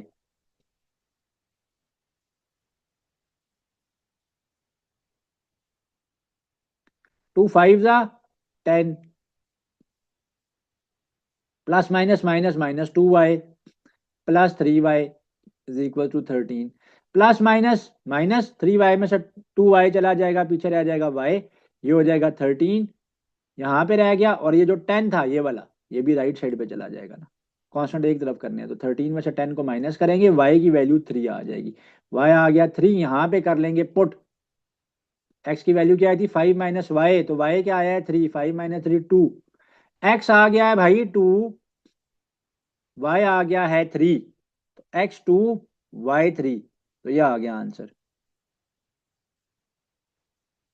नेक्स्ट क्वेश्चन है, if 6 men can complete a work in 3 days, complete a job भी कह सकता है। अब ऐसा क्वेश्चन आ जाए बच्चे खामा कंफ्यूज, इसका इतना आसान ट्रिक बताता हूं आपको इंशाल्लाह। कह रहे हैं अगर 6 लोग हैं और वो काम कंप्लीट करते हैं 3 दिनों में, तो ये बताइए कि 2 लोग कितने दिनों में वही काम, सेम काम करेंगे कंप्लीट। ऐसे क्वेश्चन का बड़ा आसान है। अच्छा, ये वर्क और मैन की फॉर्म में आ जाता है, फूड और राशन की फॉर्म में आ जाता है। इसका सबसे आसान तरीका कार क्या है कि जो भी आपके पास गिवन डेटा है उसको आप आपस में क्या कर लीजिए, मल्टीप्लाई। और जो आस्क वैल्यू का डेटा है, उस जो भी गिवन है वैल्यू, उससे आप कर लें 60 डिवाइड, तो आपने जो भी चीज अननोन निकालनी है इस तरह के क्वेश्चन में आ जाती है। देखिए इस बात का मतलब क्या हुआ, 6 लोग 3 दिनों में काम करें तो ये गिवन डेटा हो गया। 2 लोग कितने दिनों में काम करेंगे, ये पूछ रहे ना कि 2 लोग कितने दिनों में काम करेंगे, तो ये तो पूछ रहा है, ये तो आस्ट वैल्यू है, ये तो गिवन वैल्यू है। तो गिवन क्या है, 6 × 3। 2 लोग कितने दिनों में काम करेंगे, आस्क क्या, उससे डिवाइड कर लेंगे, निकालना क्या है, दिन कितने निकलेंगे, तो दिन आ जाएंगे। अब मैंने बताया कि हमेशा उसमें अननोन आ जाता है लेफ्ट साइड पे, अगर आप ये टेक्निक यूज करें। 2 × 1 = 2, 2 × 3 = 6, 3 × 3 = 9, तो 9 डेज लगेंगे। तो क्वेश्चन नंबर 24 है, model value of the given data. Model value को आप मॉड भी कहते हैं, MODE, मोड भी कहते हैं। तो क्वेश्चन को आपको थोड़ा सा ट्रिकी बनाया हुआ है, और सवाल में वो कह रहा है the number of books read by students in a week is shown below. जो किताबें स्टूडेंट्स ने एक वीक में पढ़ी हैं वो गिवन बिलो है। एक स्टूडेंट ने 3 किताबें पढ़ी हैं, एक ने 5 पढ़ी हैं, एक ने 7 पढ़ी है, एक ने 5 पढ़ी है, एक ने 9 पढ़ी है, एक ने 4 पढ़ी है, एक ने 5 पढ़ी है, एक ने 6 पढ़ी है, एक ने 7 पढ़ी है, फिर एक और है जिसने 5 पढ़ी है, फिर एक और ने 8 पढ़ी है। हमें कह रहा है कि आप बताएं कि इस डेटा सेट की मॉडल वैल्यू क्या होगी। मॉडल वैल्यू बस बहुत आसान लफ्जों में क्या है, मोस्ट रिपीटेड वैल्यू है। जो नंबर सबसे ज्यादा मर्तबा, कौन सा नंबर सबसे ज्यादा मर्तबा एक डेटा सेट के अंदर आ रहा है, वो उसकी मॉडल वैल्यू कहलाता है। तो अगर आप इस डेटा को देखें, ये स्टेटमेंट तो ठीक है कि जी जो किताबें पढ़ी हैं उनकी तादाद है, तो बस आप सबसे आसान काम क्या करेंगे कि जो डेटा सबसे ज्यादा मर्तबा गिवन है, जो नंबर सबसे ज्यादा मर्तबा लिखा हुआ है, किसी भी वैल्यू की वैल्यू बार बार रिपीट हो रही है, सबसे ज्यादा मर्तबा रिपीट हो रही है, वो उसकी मॉडल वैल्यू है, वो उसकी मॉडल वैल्यू है। तो ये आ जाएगा 5, ये फिर आ गया 5, ये फिर आ गया 5, ये फिर आ गया 5। तो 5 सबसे ज्यादा मर्तबा आया हुआ है। 5 जो है वो 4 टाइम्स आया हुआ है, 1 2 3 4। तो इस डेटा सेट की मॉड क्या होगी, वो 5 होगी। तो इस डेटा सेट का मोड या इसकी मॉडल वैल्यू, ठीक है, वो क्या आएगा, वो 5 आएगा। तो बहुत आसान सा कॉन्सेप्ट है कि जो भी सवाल के अंदर आपसे उसने मॉडल वैल्यू पूछ ली, आपने देखना है कि कौन सा डेटा सबसे ज्यादा मर्तबा आया है। अच्छा, एक ही डेटा होगा, ऐसा नहीं होगा कि एक सवाल के अंदर 2 नंबर सेम टाइम्स आए हुए हैं, मतलब 5 जैसे इस डेटा में आया हुआ है, लेट से 4 दफा, तो 7 आया हुआ है 2 दफा, तो लेट से यहाँ पे एक और 7 होता, यहाँ पे एक और 7 होता। अगर ऐसा कोई केस होगा तो वो मेंशन करेगा कि इसमें 2 मॉडल वैल्यूज हैं, एक 5 है और दूसरी 7 है। ठीक है जी। तो मॉडल वैल्यू जो मोस्ट रिपीटेड वैल्यू होती है उसको कहते हैं सबसे आसान कॉन्सेप्ट, सबसे इजी कॉन्सेप्ट। अगर आपने 75+ का इंशाल्लाह स्कोर करना है कम से कम, तो मैथ्स को आपने निगेट नहीं करना। मैथ्स तो शोर शॉर्ट आपको 5 5 पूरे नंबर देता है। आगे चलते हैं, मीडियन भी जो सिलेबस है 2026 का, उसके अंदर जो इसका बेसिक मैथ्स का पोर्शन है 5 नंबर का, लॉ एडमिशन टेस्ट का, उसके अंदर ऐड है। तो मीडियन जो है ना, इसका जो कॉन्सेप्ट है क्वेश्चन नंबर 35 में, उसका मैं आपको ये बताता हूँ कि मीडियन जो होती है वो किसी भी डेटा सेट की सेंट्रल वैल्यू होती है, या आप ये कहेंगे कि किसी भी डेटा सेट की मिड वैल्यू होती है या मिड टर्म होती है। मैं ऑटो शेप्स को 1 मिनट बंद करूं, तो वो उसकी मिड टर्म होती है, वो उसकी मिडल वैल्यू या मिड टर्म होती है। मीडियन निकालने का क्या तरीकाकार है, मैं सवाल को बताता हूं लेकिन उससे पहले कॉन्सेप्ट समझा देता हूं। मीडियन निकालने के लिए सबसे पहले आपने डेटा को अरेंज करना है। अरेंज किस ऑर्डर में करना है, असेंडिंग ऑर्डर में करना है। किस ऑर्डर में डेटा को आप अरेंज करेंगे, डेटा को आप असेंडिंग ऑर्डर में अरेंज करेंगे। असेंडिंग ऑर्डर का मतलब क्या है, स्मॉलर से लार्जर की तरफ आप लेकर जाएंगे, स्मॉलर वैल्यू से लार्जर वैल्यू की तरफ लेके जाएंगे। उर्दू में कहते हैं छोटे से बड़े की तरफ जाना। तो असेंडिंग का, असेंड का मतलब होता है हाइट अचीव करना। मैंने चले इंग्लिश के लिए भी ये बात बता दी कि असेंडिंग का क्या मतलब है, बुलंदी की तरफ जाना। तो टेस्ट स्कोर्स हैं स्टूडेंट्स के जो कि गिवन है, the test scores of students are given, are listed below, are listed below, and they are these scores 18, 25, 21, 30, 27, 24, 20। तो हम क्या करेंगे, अब इस डेटा को अरेंज करते हैं। इसमें सबसे छोटा नंबर बन रहा है 18, उससे बड़ा नंबर बन रहा है इस डेटा में 20, 20, 20। पहले 18 है, फिर 20, 20 के बाद है 21, 21 के बाद है 24, 24 के बाद है 25, 25 के बाद है 27, उसके बाद है डेटा, लास्ट डेटा है 30। सारा डेटा लिख लिया, यूं पेपर में निशान लगा लें बेशक आप कि कोई चीज़ मैंने मिस तो नहीं की। अब डेटा की तादाद जो है वो ऑड भी हो सकती है, इवन भी हो सकती है। ऑड में तो बड़ा आसान काम है, ऑड में तो बड़ा आसान काम है। मैंने बताया है कि मीडियन क्या होती है, सेंट्रल वैल्यू होती है या मिड टर्म होती है, या आप कहेंगे मिडल वैल्यू होती है, दरमियान वाली वैल्यू होती है। लेकिन ऐसे नहीं कर देना जैसे ये लिखा हुआ था तो मैं कहूँगी 3 वैल्यूज पीछे हैं 3 वैल्यूज ऊपर है तो ये दरमियान वाली वैल्यू मीडियन है। नहीं, उसमें पहला क्या करना है कि छोटे से बड़े की तरफ अरेंजमेंट करनी है, छोटे से बड़े की तरफ अरेंजमेंट करनी है। उसके बाद आपने मिडल टर्म को देखना है। उस मिडल टर्म में टर्म कैसे आएगी, अगर आप डेटा को काउंट करें तो ये 1 है, ये सेकंड नंबर है, थर्ड नंबर है, ये फोर्थ नंबर है, ये फिफ्थ नंबर है, ये सिक्स नंबर है, ये सेवन नंबर है। तो ये सेंट्रल वैल्यू है 24। तो बस इस डेटा का मीडियन क्या हो जाएगा, 24 हो जाएगा। यानी 3 नंबर इससे पीछे चल रहे हैं, 3 नंबर जो है वो इससे पीछे चल रहे हैं और 3 ही नंबर इसके बाद चल रहे हैं। तो ये इसकी क्या है, ये इसकी मिडल वैल्यू है, या इन अदर वर्ड ये इसकी सेंट्रल वैल्यू है। राइट जी, ये तो आसान था, डेटा ऑड था। ऑड वो नंबर होते हैं जो 2 के टेबल में नहीं आते। अब अगर डेटा इवन हो जाए तो क्या करेंगे, जिसमें ये सवाल आ गया, कह रहा है the daily temperatures in degree Celsius recorded over several days are this. रोजाना के जो टेम्परेचर हैं वो यूं रिकॉर्डिंग में है, 22, 18, 25, 20, 24, 19, 23। पूछ रहा है कि मीडियन टेम्परेचर क्या है। तो अगेन यहाँ पे भी वही काम करना है, दो स्टेप्स में मीडियन का सवाल करना है। फर्स्ट स्टेप क्या है, स्मॉलर से लार्जर की तरफ जाना है, स्मॉलर से लार्जर की तरफ हमने जाना है। स्मॉलर नंबर से हमने किस नंबर की तरफ जाना है, बड़े नंबर की तरफ जाना है। तो अगर मैं अरेंज करूं तो इसमें सबसे स्मॉलर नंबर है 18, उसके बाद है 19, ये हो गया। उसके बाद है 20, ये हो गया। उसके बाद है 21, ये हो गया। उसके बाद है 22, वो ये हो गया। उसके बाद है 23, तो वो ये हो गया। और उसके बाद है 24, तो वो ये हो गया। और एक नंबर देखिए, निशान लगाने का क्या फायदा होता है, आपने भी पेपर में ये स्ट्रैटेजी रखनी है, कोई नंबर मिस नहीं होता। तो अगला नंबर है 25।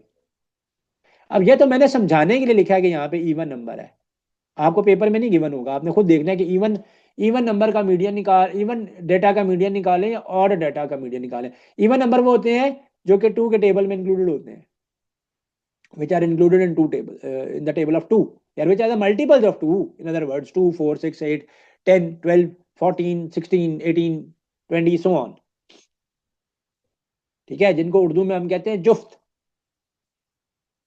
और ऑड को हम वो हैं जो कि 2 के टेबल में नहीं आते, 3, 1, 3, 5, 7, 9, 11 सो ऑन, उनको हम कहते हैं ताक, उर्दू में कहते हैं। तो वो इसलिए भी बता दिया कि बहुत से हमारे स्टूडेंट्स ऐसे हैं कि जिनकी मैथ्स वीक है, तो अगर उनको डिफिकल्टी है तो ये भी बताते। अब बहरहाल यहाँ में वापस आए तो डेटा जो है वो इवन है।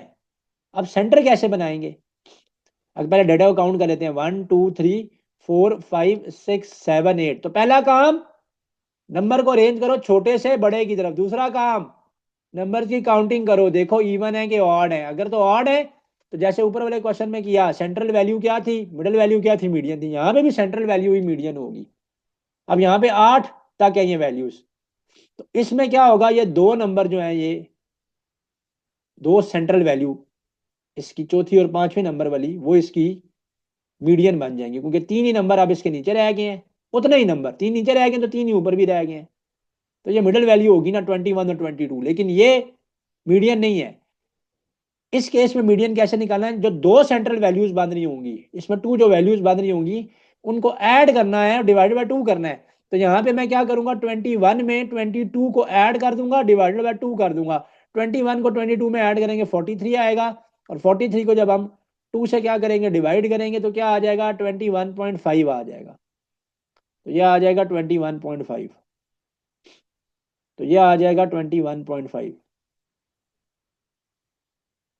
तो ये 21.5 आ जाएगा। तो मीडियन क्या है एक बारी फिर देख लेते हैं, सेंट्रल वैल्यू है। डेटा को अरेंज करना है दो स्टेप्स में, कहाँ सवाल करना है, छोटे से बड़े की तरफ जाओ, दरमियान में अगर एक ही वैल्यू बच रही है तो वो मिडिल वैल्यू या सेंट्रल वैल्यू आपका मीडियन है। अगर ऑड नंबर ऑफ डाटा नहीं है यानी इवन नंबर ऑफ डाटा है तो फिर दो सेंट्रल वैल्यूज हैं, फिर उनके केस में आपने कैसे मीडियन निकालना है, आप दोनों को ऐड करेंगे, डिवाइडेड बाय 2 करेंगे, आपके पास मीडियन आ जाएगा। तो मेरा ख्याल है बहुत इजी वे में हमने मीडियन और मॉड के कॉन्सेप्ट को भी कर लिया। अब नेक्स्ट क्वेश्चन हम लोग चलते हैं, क्वेश्चन नंबर 27 है, और क्वेश्चन नंबर 27 के अंदर जो है इवेल्युएट द फॉलोइंग एक्सप्रेशन की टर्म्स है। तो है कुछ भी नहीं इसमें, टर्म्स को हमने ऐड भी करना है और टर्म्स को हमने सब्ट्रैक्ट भी करना है। और प्रॉब्लम यहाँ पे ये आता है, ये इस तरह का सवाल जब पेपर के अंदर आता है तो जो स्टूडेंट्स को कन्फ्यूजन होती है कि ये जो पॉइंट आ गया आगे, पॉइंट जो आगे आ गया है, इस पॉइंट को हम जो है वो कैसे हैंडल करेंगे। डेसिमल पॉइंट के बाद ये जो डिजिट्स हैं या ये जो नंबर्स हैं, इनको हम जो है ना वो कैसे हैंडल करेंगे। ठीक है, तो इनको हैंडल करने का जो है वो क्या तरीकाकार है। तो कोई मुश्किल नहीं है, आपने सिर्फ करना क्या है कि सबके पॉइंट्स को बराबर रखना होता है, जो डेसिमल पॉइंट है उसका सबको बराबर रखना होता है, प्लस जो दोनों टर्म्स पहले ऐड हो रही हैं मैं इन दोनों को ऐड कर लेता हूँ, जो थर्ड टर्म इनमें से सब्ट्रैक्ट हो रही है उसको मैं इसमें से माइनस कर लेता हूँ। ठीक है जी, तो यह आ जाएगा 4826.52, और पहले मैं इसमें ऐड कर लेता हूँ 2418.16। तो यहाँ पे भी पॉइंट के बाद दो डिजिट है, यहाँ पे भी पॉइंट के बाद दो डिजिट है। आपका ये जो पॉइंट है ना, डेसिमल पॉइंट है, ये अलाइन होना चाहिए, ये एक जगह पे होना चाहिए नंबर्स का, चाहे डिजिट्स की तादाद कम है चाहे डिजिट्स की तादाद ज्यादा है, मैं उस तरफ जाता हूँ पहले मैं, लेकिन इस क्वेश्चन को सॉल्व करवा देता हूँ। So these two terms are being added up, मैं इनको पहले ऐड कर लेता हूँ, उसमें से फिर आखिर में मैं इस वाले पोर्शन को, ये जो माइनस हो रहा था 1935.69, ये माइनस हो रहा था, इसको मैं माइनस कर लूंगा ताकि मेरे पास जो है फाइनल आंसर आ जाएगा। तो मैं पहले इनको ऐड करता हूँ, सेम उसी तरीके से हम लोग सिंपल जो है ना वो एडिशन करते हैं। 2 और 6 को मैं ऐड करूंगा तो 8 आ जाएगा, 1 और 5 को मैं ऐड करूंगा तो 6 आ जाएगा, 6 और 8 को मैं ऐड करूंगा तो 14 आ जाएगा, 1 जो है वो कैरी चला जाएगा, 1 और 2 3 3 और 1 4 हो जाएगा, 4 और 8 12 हो जाएगा, 12 का 2 आ जाएगा, 1 जो है वो कैरी कर लेंगे, 1 और 4 5 आ जाएगा, 5 और 2 को ऐड करेंगे 7 आ जाएगा। अब यहाँ पर 2 डिजिट्स के बाद दोनों में पॉइंट है तो यहाँ पर भी 2 डिजिट्स के बाद दोनों में पॉइंट आ जाएगा। आखिर में यहाँ पर ये जो नंबर था 1935.69, ये माइनस हो रहा है, ये माइनस हो रहा है, तो इसको हम माइनस कर लेते हैं। ये जो था ना +2418 वो ऐड हो रहा था, वो जो मैंने उसको सर्कल किया तो इसलिए ऐसे लगा कि शायद वो माइनस का साइन है, तो वो भी ऐड हो रहा था, तो इसको अब हम इसमें से माइनस कर लेते हैं। अगेन माइनस का प्रोसेस या प्रोसीजर भी वही होगा कि जो सिंपल माइनस का या सब्ट्रैक्शन का प्रोसेस या प्रोसीजर है। तो उसके लिए हम क्या करेंगे, उसके लिए हमने क्या करना है कि सिंपली अब 8 में से 9 तो जा नहीं सकता, ये इसको कैरी दे देगा, जब इसको कैरी देगा तो 5 हो जाएगा, ये हो जाएगा 18, 18 में से 9 जाएगा तो पीछे रह जाएगा 9। ठीक है, 5 में से 6 नहीं जा सकता, ये 3 हो जाएगा, इसको कैरी दे देगा, ये हो जाएगा 15, 15 में से 6 जाएगा तो 9। ठीक है, 3 में से 5 तो नहीं जा सकता, ये 3 हो जाएगा, इसको कैरी दे देगा 13, और 13 में से 5 चला जाएगा तो पीछे रह जाएगा 8, 3 में से 3 चला जाएगा तो 0, 2 में से 9 तो नहीं जा सकता, ये 6 हो जाएगा, इसको कैरी दे देगा, 12 में से 9 जाएगा तो पीछे रह जाएगा 3, और 6 में से 1 चला जाएगा तो रह जाएगा 5, और पॉइंट यहाँ पे भी 2 डिजिट के बाद है तो 5308.99 आंसर आ जाएगा। तो ऑप्शन ए जो है वो यहाँ पर करेक्ट चॉइस हो जाएगी। तो पता ये चला कि डेसिमल पॉइंट की एडिशन आ जाए या सब्ट्रैक्शन आ जाए तो उसको आपने किस तरीके से डील करना है, कि आपने पॉइंट्स को जो है ना वो कांस्टेंट जगह पे रखना है, एक जगह के ऊपर रखना है, और पॉइंट्स का फासला जो है वो आपका बराबर होना चाहिए, पॉइंट जो है वो अलाइन होने चाहिए, उसके बाद आपने एडिशन या सब्ट्रैक्शन करनी है। अब इसी की दो एग्जांपल्स और देखते हैं। लेट से आपके पास ये नंबर होता है 734 पॉइंट लेट से 62, और एक और नंबर होता 31.894 होता, तो इसकी एडिशन या सब्ट्रैक्शन कैसे करेंगे। तो अगेन बात वो है कि अब अगर देखें आप इसमें और उसमें क्या डिफरेंस है कि यहाँ पे 3 डिजिट्स हैं पॉइंट से पहले, और पॉइंट के बाद स्टूडेंट्स यहाँ पर ओनली देयर आर 2 डिजिट्स, जबकि ये जो है इसमें there are 2 digits before the point, and यहाँ पे पॉइंट के बाद जो है इसमें 3 डिजिट्स हैं। तो अगेन इसमें अब लेट्स इन दोनों को ऐड करने का कह देते हैं या इन दोनों को सब्ट्रैक्ट करने का कह देते हैं, दोनों में काम सेम ही करना है, सिर्फ एडिशन का ऑपरेशन करना होता है या सब्ट्रैक्शन का ऑपरेशन करना होता है। सिर्फ आपने देखना किस चीज को है, देखना आपने इस चीज को है कि आपने जो पॉइंट्स है उनको अलाइन रखना है, यानी डेसिमल पॉइंट को आपने लाइन रखना है। तो मैं लिखूंगा 734.62। अब ये जो है ना 31, इसका पॉइंट यहाँ पे आना चाहिए।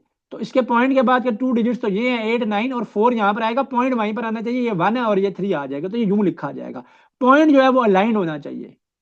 पॉइंट मर्जी से नहीं लगाना, पॉइंट अलाइंड होना चाहिए। अब आसान है, तो उधर 4 में तो कुछ भी ऐड नहीं हो रहा, तो 4 एज इट इज नीचे आ जाएगा। 2 में 9 ऐड हो जाएगा तो 11 हो जाएगा। 1 यहाँ पर कैरी चला जाएगा। 1 और 6 जो है वो 7 होते हैं। 7 में 8 ऐड करेंगे 15 का 5 हो जाएगा। अगेन 1 कैरी चला जाएगा, जिस तरह सिंपल मैथमेटिक्स में कैरी जाता है। 1 और 4 5 हो जाएगा। 5 में 1 ऐड करेंगे 6 हो जाएगा। 3 में 3 ऐड हो रहा है, ये 3 के नीचे है, ठीक है। 3 में 3 ऐड हो रहा है 6 हो जाएगा। और ये जो 7 है एज इट इज नीचे उतर आएगा।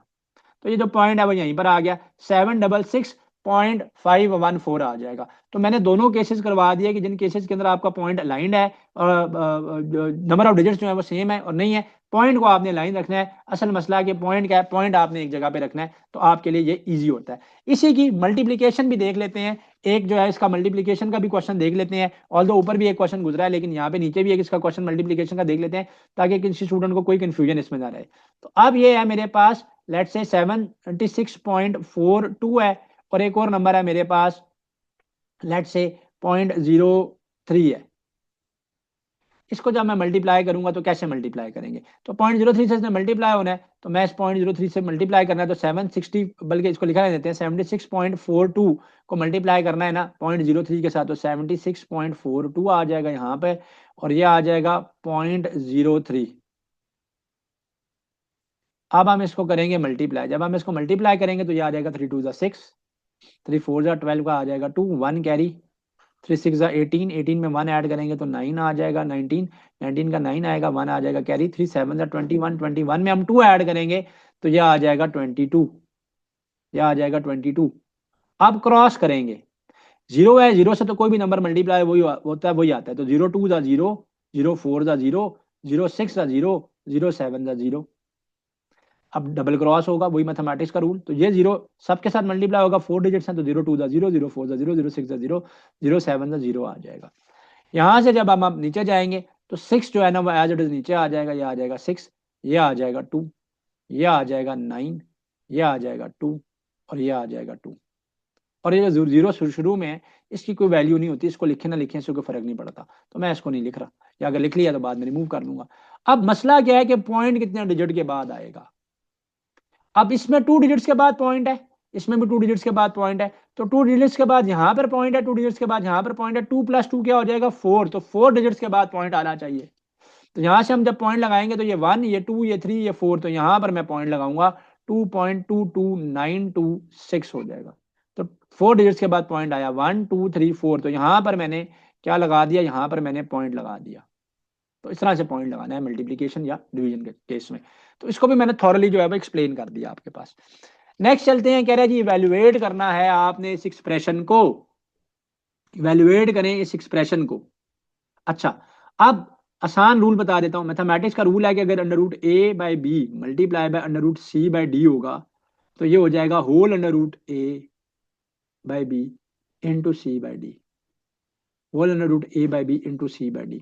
तो हम क्या करेंगे, हम लिखेंगे इसको 64/4 इंटू 64/8। तो मैंने क्या किया, मैथमेटिक्स के इस रूल को फॉलो किया है कि दोनों के ऊपर होल अंडर रूट है, दोनों को एक रूट में लेके जाएं। दोनों को अलहदा भी कर सकते हैं, दोनों को एक रूट में भी लेके जा सकते हैं। तो मैंने सिंपल काम किया, मैं दोनों को एक रूट में ले गया हूं ताकि मैं कैंसिलेशन कर सकूं। 4 के टेबल से कैंसिल करूंगा, 4 1 ज़ा 4, 4 1 ज़ा 4, 2 और 4 24 हो जाएगा, और ये हो जाएगा 16। अब ये आ जाएगा 8 1 ज़ा 8, 2 ज़ा 16। तो 64 इंटू 2 कर लेंगे। जब हम 64 इंटू 2 करेंगे तो 128 आ जाएगा। तो 128 जो है ना ये आंसर आ जाएगा, 128 अंडर रूट में आंसर आ जाएगा। सिंपल है। तो जितना ज्यादा आप खुद कंफ्यूजन का शिकार होंगे ना, उतना ज्यादा क्वेश्चन आपको डिफिकल्ट लगेगा। तो क्वेश्चन में इस तरह की ट्रिक्स को यूज कर लिया करें। ज़कात का क्वेश्चन आ गया, कोई मुश्किल नहीं है। ऊपर जो हम लोगों ने परसेंटेज का क्वेश्चन किया है बिल्कुल वैसे करना है, लेकिन क्योंकि एक दफा एक आध मरतबा, आज अगर हम 2018 से लेकर 2026 की बात करें तो 2 से 3 मरतबा ज़कात से रिलेटेड क्वेश्चन भी मैथमेटिक्स के पोर्शन के अंदर आए हैं, and student they get confuse. So इसमें कंफ्यूजन की कोई बात ही नहीं है। तो यहाँ पर जैसे सवाल में गिवन है कि a person as a cash savings of 1000 का मतलब होता है ₹1 मिलियन, उर्दू में हम कहते हैं 10 लाख। तो एक बंदे के पास कैश सेविंग्स है 10 लाख रुपए की for 1 lunar year. Lunar year कौन सा होता है? जो मून का ईयर होता है भाई। इस्लामिक कैलेंडर जो है वो मून के ऊपर चलता है, ठीक है। तो जक़ात रेट जो है वो उस पे है 2.5%। तो बताएंगे कितनी जक़ात पेएबल होगी। अगर वो ये ना भी लिखता कि जक़ात रेट 2.5% है, तो कॉमन सेंस की बात है कि कैश के ऊपर या जो गोल्ड है या सिल्वर है उसकी वैल्यू के 2.5% के हिसाब से हम लोगों को क्या देना होता है? 2.5% के हिसाब से हमें जक़ात देनी होती है। तो यहाँ पर 10 लाख रुपए हैं, इनकी हम लोगों ने 2.5% के हिसाब से जक़ात निकालनी है। तो मैथमेटिक्स का रूल है जो कि ऊपर के क्वेश्चन में डिस्कस है कि जब भी आपने परसेंटेज निकालनी है, स्पेसिफिक परसेंटेज एक नंबर की निकालनी है, तो नंबर को उठाएं, उस परसेंटेज के साथ आप मल्टीप्लाई कर दें, नंबर को पिकअप करेंगे और उस परसेंटेज के साथ आप उसको क्या कर देंगे? आप उसको उसके साथ मल्टीप्लाई कर देंगे। तो 10 लाख रुपीज को 10 लाख को 2.5 के साथ मल्टीप्लाई कर देंगे।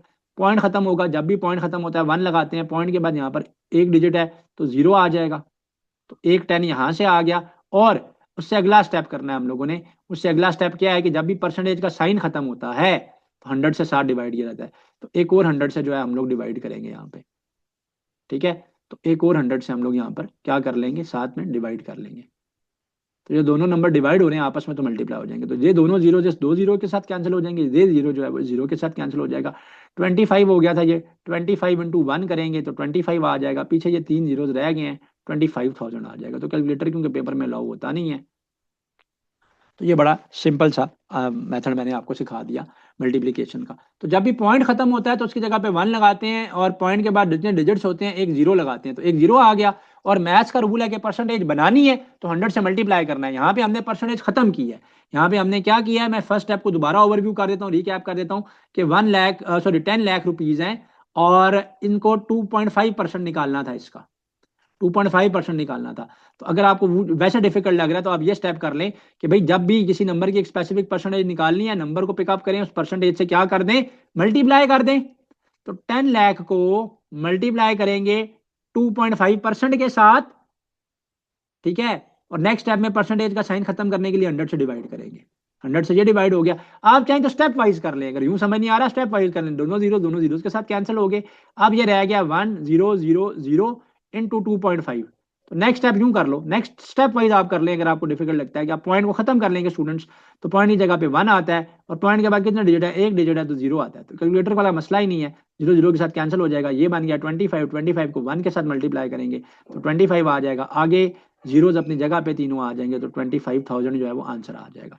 तो इस तरह से मल्टीप्लिकेशन करना चाहें, डायरेक्ट करना चाहें, आपकी चॉइस है। मैंने आपको दोनों वेज जो है इसके सिखा दिए, बता दिए। क्वेश्चन नंबर 30 पे अब हम चलते हैं। The range of observation. अब ऐसे सवाल आते हैं तो स्टूडेंट्स कहते हैं sir out of syllabus question आ गए। भाई आउट ऑफ सिलेबस क्वेश्चन क्यों आए हैं? बेसिक मैथमेटिक्स का ये हिस्सा है। 5 नंबर की बेसिक मैथमेटिक्स है आपके एचईसी लॉ एडमिशन टेस्ट के अंदर, बड़ी बेसिक सी है। तो रेंज निकालनी है डेटा की या इस ऑब्जर्वेशन की। तो रेंज कैसे निकाली जाती है? बड़ा आसान प्रोसेस है। रेंज कैसे निकाली जाती है? रेंज का फॉर्मूला क्या है या रेंज का तरीकाकार क्या है कि आप जो हाईएस्ट वैल्यू होती है, जो सबसे बड़ा नंबर होता है, उसमें से सबसे स्मॉलेस्ट वैल्यू को माइनस कर देते हैं। तो स्मॉलेस्ट वैल्यू इसमें से क्या हो जाएगी? माइनस हो जाएगी। तो हाईएस्ट वैल्यू में से सबसे स्मॉलेस्ट वैल्यू को simply you will be minus b subtracting it. आप माइनस कर लेंगे, डिफरेंस ले लेंगे, उनका फर्क ले लेंगे, तो आपके पास आंसर आ जाएगा। So if I look closely into this data जो कि मुझे गिवन है, तो सबसे छोटा नंबर यहाँ पर क्या है? सारे डेटा में 11 है, बिल्कुल 11 ही नजर आ रहा है। और सबसे बड़ा अगर मैं देखूं तो क्या नजर आ रहा है? 29 नजर आ रहा है। तो 29 में से 11 को माइनस कर लेंगे, तो 29 में से 11 को माइनस कर लेंगे सिंपली। जब 29 में से 11 माइनस हो जाएगा तो पीछे क्या रह जाएगा? 18 रह जाएगा। तो इसका आंसर क्या हो जाएगा? 18। तो 18 जो है वो आंसर रह गया। एक आध दफा एज का सवाल आता रहा है तो हम एज के सवालों को देख लेते हैं। एज के क्वेश्चंस कोई मुश्किल नहीं होते हैं, बल्कि जो हमने साइमल्टेनियस इक्वेशन निकालनी होती है, ठीक है, उसके तरह के ये सवाल होते हैं। कह रहा है अली इज बिलाल्स फादर। अली जो है वो बिलाल के फादर हैं। तो एक बात हमें सवाल में ये पता चली कि अली जो है वालिद साहब हैं, बिलाल जो है वो उनका बेटा है। Ali is 35 years old. और एक और बात हमें पता चली कि अली की जो एज है वो 35 ईयर्स है। तो मैं क्या कहता हूं? मैं कहता हूं कि भाई अली की एज को हम ए से रिप्रेजेंट करते हैं और बिलाल साहब जो उनके बेटे हैं उनकी एज को बी से रिप्रेजेंट करते हैं। तो अली की जो एज है वो 35 ईयर्स है। तो अली की जो एज है वो 35 ईयर्स है। तो ए जो है, ए की जो वैल्यू है वो ये कर लेते हैं हम लोग, बल्कि आसान कर लेते हैं। ए की जो वैल्यू है वो 35 है। 3 years अगो, 3 साल पहले, Ali was 4 times as old as his son was then. 3 साल पहले अली जो था वो अपने बेटे की तब की एज का 4 गुना था। 4 times का मतलब है मल्टीपल ऑफ 4 था, उर्दू में कहेंगे 4 गुना था।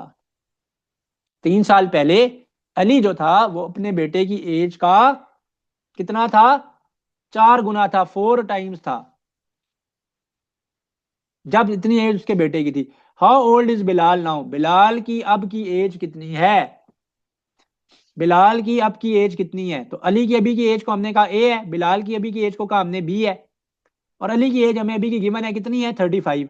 तो 3 साल पहले अली की एज कितनी होगी, कॉमन सेंस की बात है कि 3 साल पहले अली की एज कैसे आ जाएगी, A-3 करके आ जाएगी। इत्तेफाक की बात है मेरी एज भी 35 ईयर्स ही है, तो 3 साल पहले मेरी एज कितनी थी, 35 में से 3 चले गए, 35 में से 3 चले गए, 32 ईयर्स थी। इंशाल्लाह 3 साल के बाद मेरी एज कितनी हो जाएगी, 3 ईयर्स उसमें ऐड करेंगे तो 38 हो जाएगी।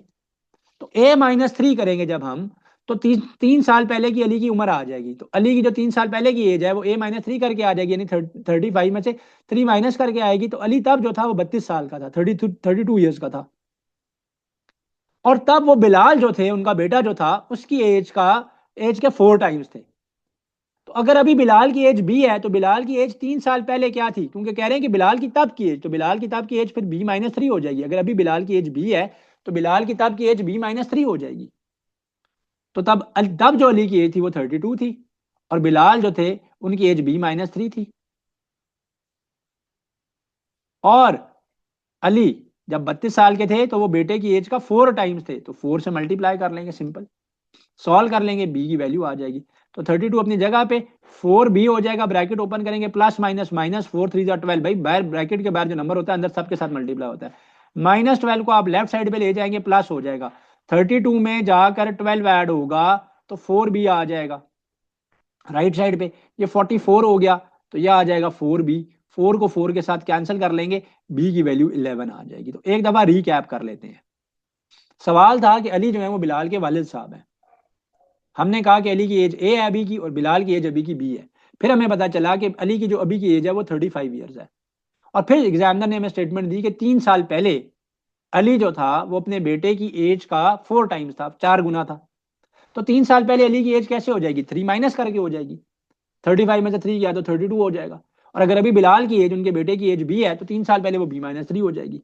तो तब की जो अली की एज है वो बेटे की तब की एज का 4 टाइम्स है, यानी 4 गुना है, 4 गुना है। तो 4 से मल्टीप्लाई करेंगे, ब्रैकेट्स को ओपन करेंगे, ब्रैकेट को जब हम ओपन करेंगे तो हमने आगे क्या किया कि -12 को राइट साइड पे लेके +12 हो गया 44, बी की वैल्यू 11 आ गई।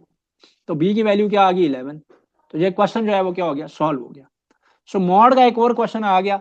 प्रीवियस एग्जाम के अंदर जो लेटेस्ट एग्जाम हुआ है, लास्ट टेस्ट हुआ है, उसके अंदर भी मॉड के क्वेश्चन थे, ऊपर भी एक गुजरा है, यहाँ पे भी मैंने ऐड किया है। सो अब मॉड की एक डिफरेंट सिचुएशन यहाँ पे मैंने ऐड की है।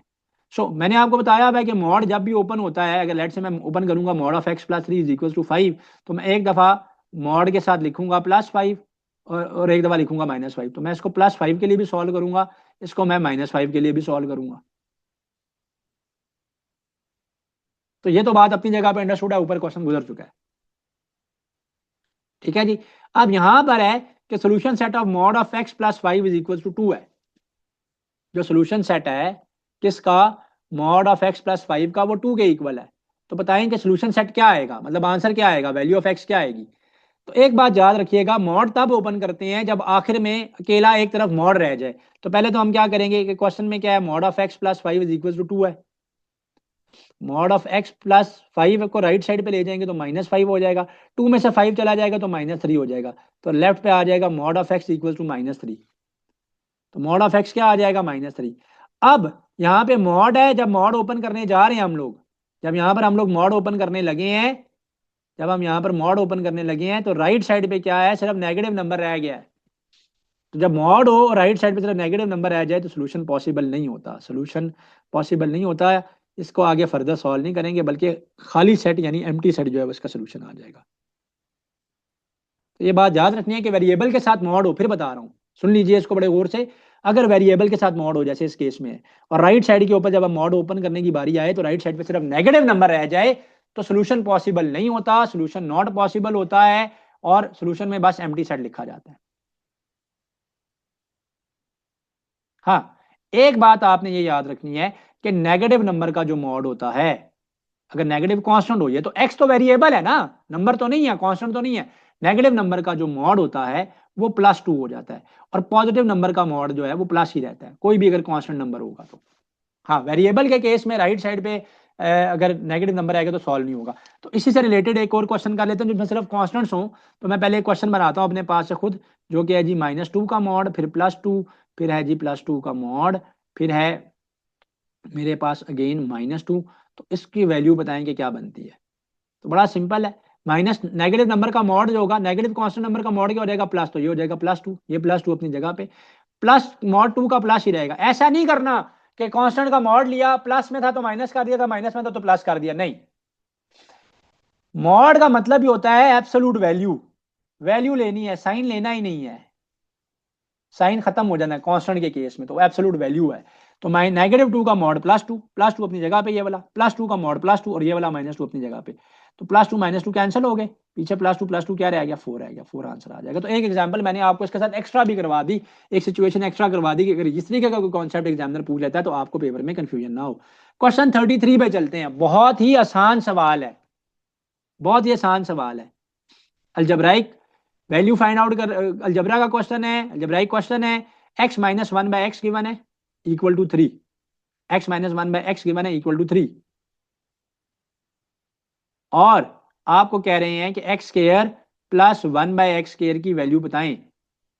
आपने किस चीज की वैल्यू बतानी है, आपने x² + 1/x² की वैल्यू बतानी है, ठीक है जी। सो x² + 1/x² की वैल्यू जो है वो आपने बतानी है। तो बड़ा सिंपल है, हम दोनों तरफ क्या कर लेंगे, ठीक है, दोनों तरफ हम क्या करेंगे, हम दोनों तरफ जो है वो स्केयर ले लेंगे, ठीक है जी। दोनों तरफ जो है हम क्या कर लेंगे, हम स्केयर ले लेंगे। तो दोनों तरफ हमने क्या करना है, हमने स्केयर कर लेना है। तो सबसे पहले दोनों तरफ स्केयर कर लिया। अब ये a - b की फॉर्म में है, सो a - b की फॉर्म में है, सो a - b का होल स्केयर क्या होता है, a² + b² - 2ab होता है। तो ये फार्मूला ओपन हो जाएगा, a² यानी x का स्केयर प्लस b का स्केयर यानी 1/x का स्केयर -2ab, और राइट साइड पे मैं स्केयर करूंगा तो 3 का स्केयर क्या हो जाएगा, 9। अब यहां पर x और x कैंसिल हो जाएगा, लेट पे चलेंगे तो आएगा ये x² + 1/x², -2 7 रह गया था इक्वल टू 9।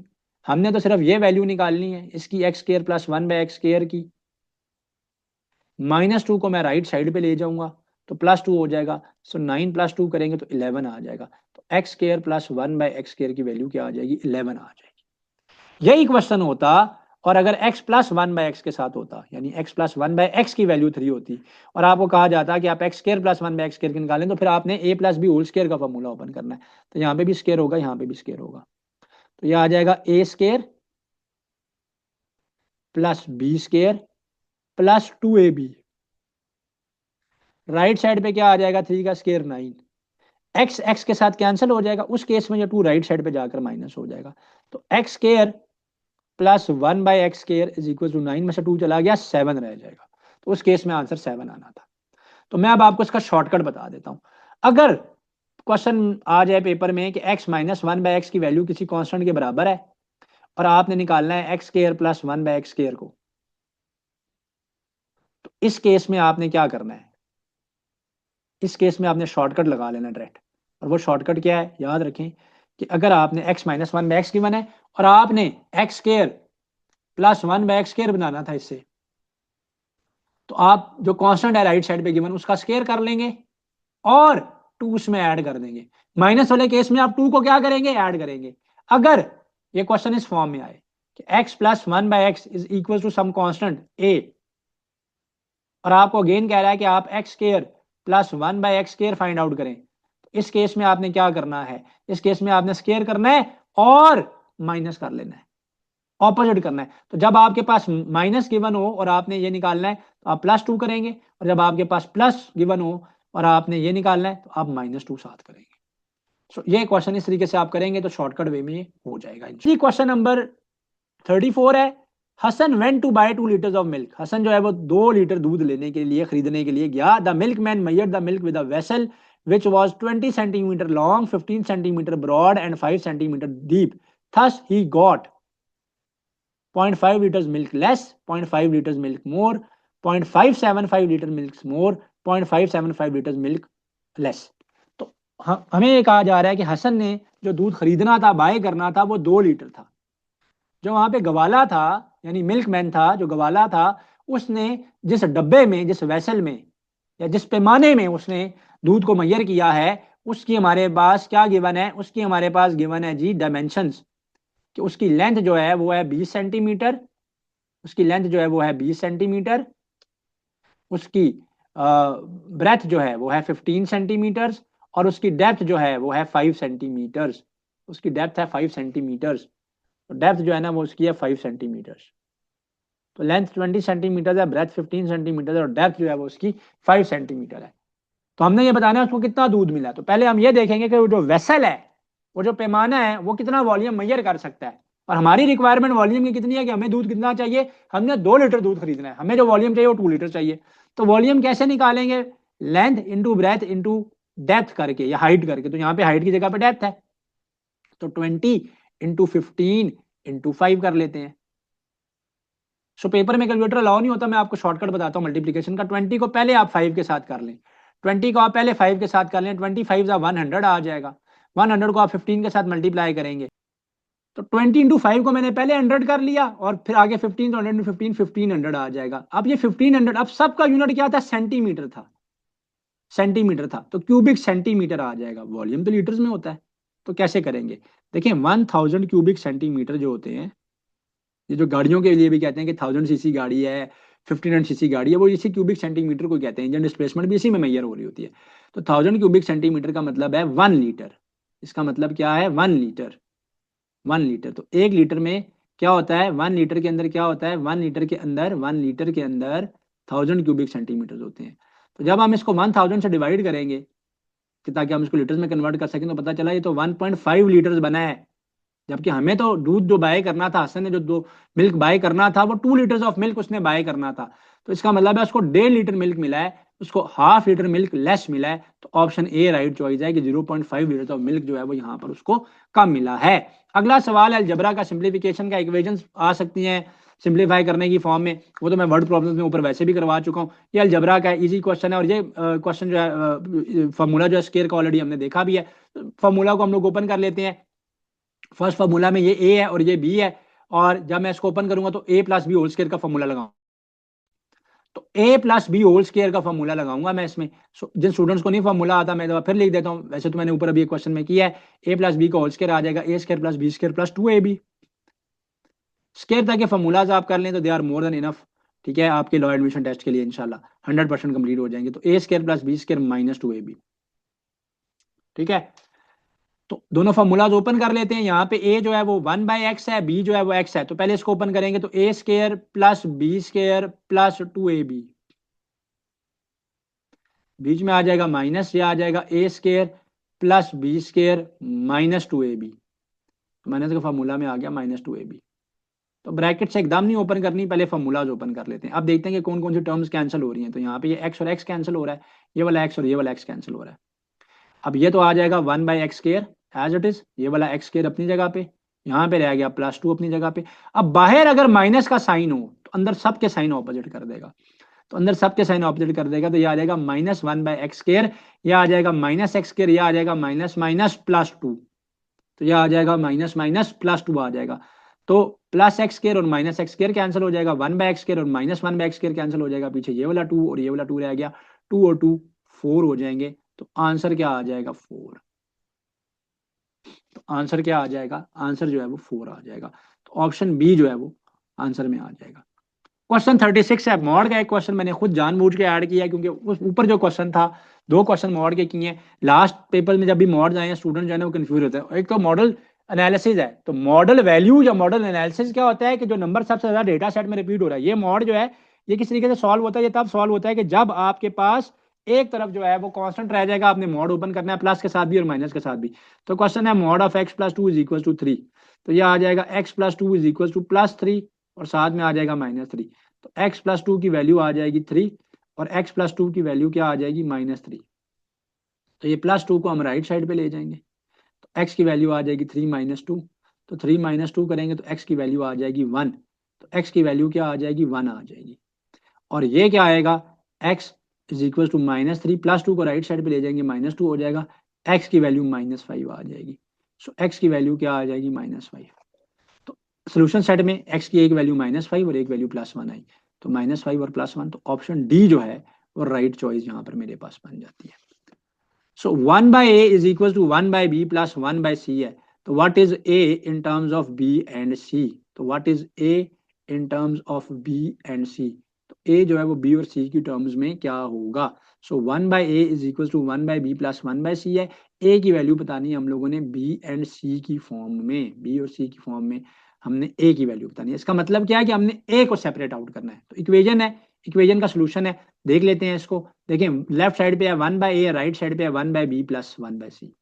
एलसीएम ले लेंगे, एक नंबर b है एक c है, दोनों एक सेम के टेबल में नहीं आते, दोनों का मल्टीपल एलसीएम हो जाएगा b इंटू सी। अब ये जो c है यहाँ जाके 1 के साथ मल्टीप्लाई हो जाएगा, c1 सा c आ जाएगा, ये b वहां जाकर मल्टीप्लाई हो जाएगा, ये b आ जाएगा, और ये आ जाएगा 1/a, ये आ जाएगा 1/a।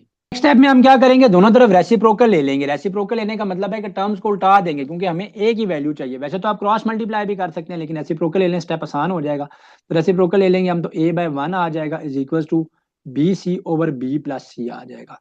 सो a/1 a होता है, a is equal to bc divided by b plus c कर लेंगे। So a is equal to bc divided by b plus c, ये मेरे पास वैल्यू आ जाएगी। c प्लस बी था, मैंने उसको b प्लस सी लिख लिया, c प्लस बी रहने दें, उससे भी कोई फर्क नहीं पड़ता, क्योंकि 2 प्लस 3 करें, 3 प्लस 2 करें, आंसर सेम आता है। सो बहरहाल यहाँ पे जो राइट ऑप्शन बन रहा है मेरे पास, वो ऑप्शन बी जो है वो यहाँ पर राइट चॉइस है। क्वेश्चन 38 पे चलते हैं। x प्लस वाई की वैल्यू जो है वो 8 है, x प्लस वाई की जो वैल्यू है वो 8 है, एक्स वाई की जो वैल्यू है वो 15 है। आपने x square plus y square की वैल्यू फाइंड आउट करनी है। सो x प्लस वाई की वैल्यू गिवन है, that is 8, एक्स वाई की वैल्यू गिवन है, that is 15, x square plus y square की वैल्यू को हमने क्या करना है, इस वैल्यू को हम लोगों ने फाइंड आउट करना है, इसको हमने निकालना है। सो अगेन इसमें भी फॉर्मूला आप ओपन कर लें, ए प्लस बी होल स्क्वायर का, अगर माइनस का होता तो फिर माइनस का ओपन करते। So A plus B x plus y is equal to 8 है, दोनों तरफ स्क्वायर कर लेंगे, लेफ्ट साइड पे स्क्वायर करेंगे तो A square plus B square plus 2ab आ जाएगा। ठीक है, ए की जगह पे x है, बी की जगह पे y है, तो x square plus y square plus 2xy, 8 का स्क्वायर क्या होता है 64 होता है। एक्स वाई की वैल्यू गिवन है, यहाँ पे 15 गिवन है। So x square plus y square की वैल्यू जो है वो गिवन है, वो क्या गिवन है, वो 15 है। 2 इंटू 15 आ जाएगा इज इक्वल टू 64 हो जाएगा।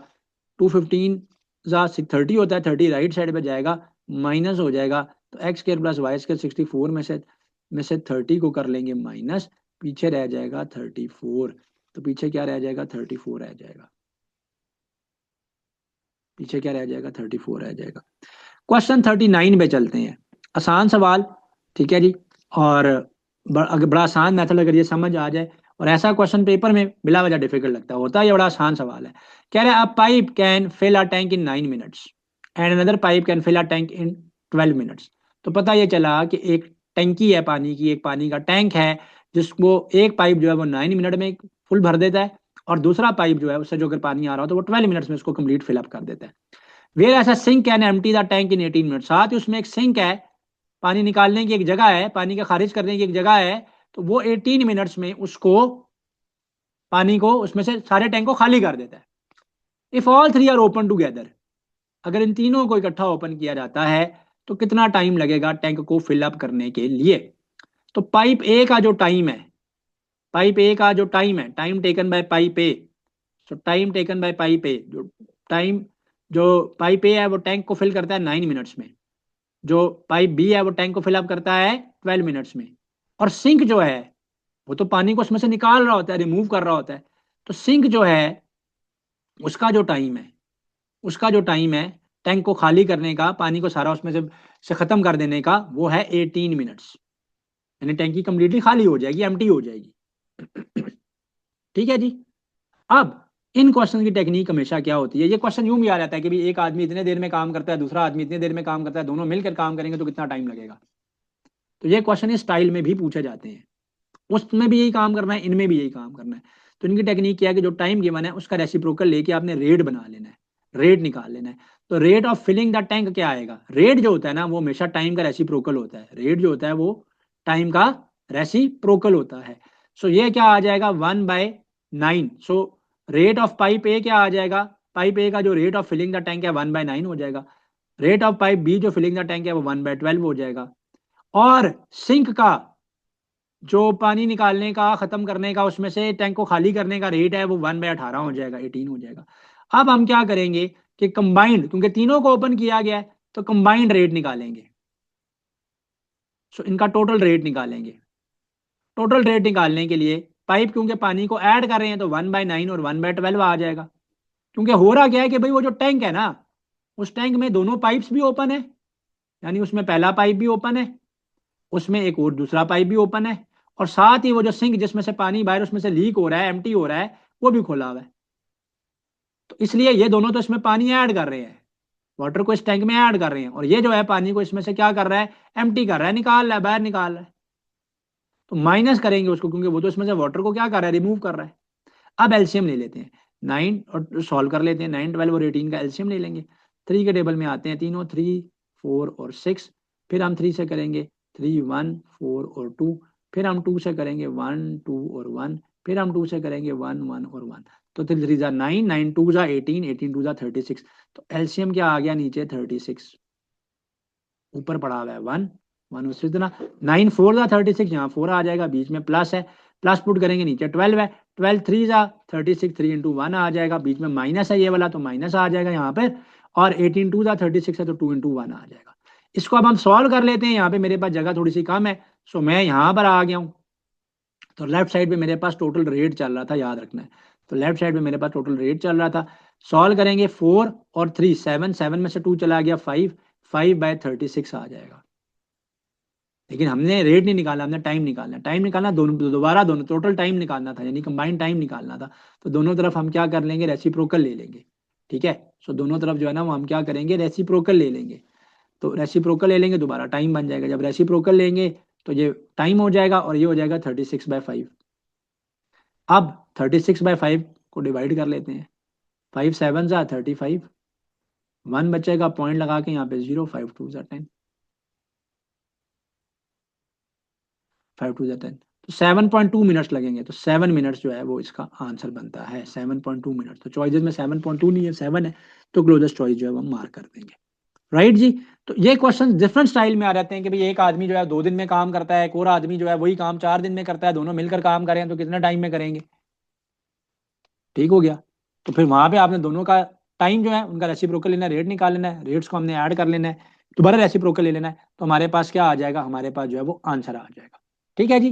तो नेक्स्ट क्वेश्चन पे चलते हैं। क्वेश्चन नंबर 40 है।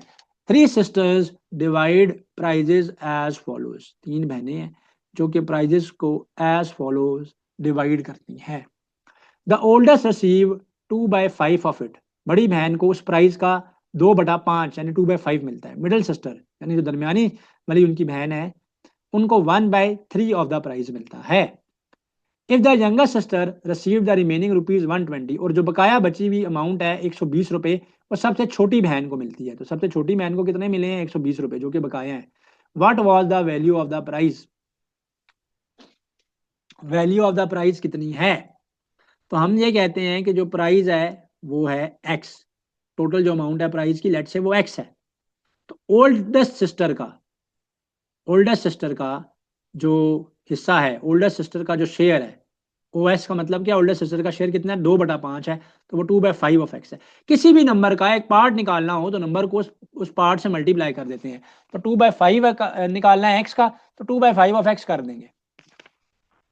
ठीक है जी। तो ये हो गया ओल्डर सिस्टर का पार्ट। अब पर्पल कलर में हम लोग मिडिल सिस्टर का पार्ट ले लेते हैं। तो मिडिल सिस्टर को कितना हिस्सा मिला है, उसको 1/3 मिला है, तो उसका जो शेयर है, उसका जो पार्ट है, दैट इज 1/3 ऑफ एक्स। जबकि जो बकाया अमाउंट है, रिमेनिंग अमाउंट जो है वो यंगर सिस्टर को मिली है। तो यंगर सिस्टर को कितने मिले हैं, 120 रुपीज। पहले देख लेते हैं कि वो बकाया 120 रुपए कितना पार्ट बनते हैं, कितना पोर्शन बनते हैं। तो टोटल प्राइस था एक्स, उसमें से ओल्ड सिस्टर को मिले 2/5 ऑफ एक्स, माइनस कर लेते हैं। दरमियानी सिस्टर को, मिडिल सिस्टर को मिले 1/3 ऑफ एक्स, उसको भी माइनस कर लेते हैं। तो यंगर सिस्टर का शेयर आ जाएगा। एलसीएम ले लेते हैं। 5 और 3 का एलसीएम क्या आएगा, 15।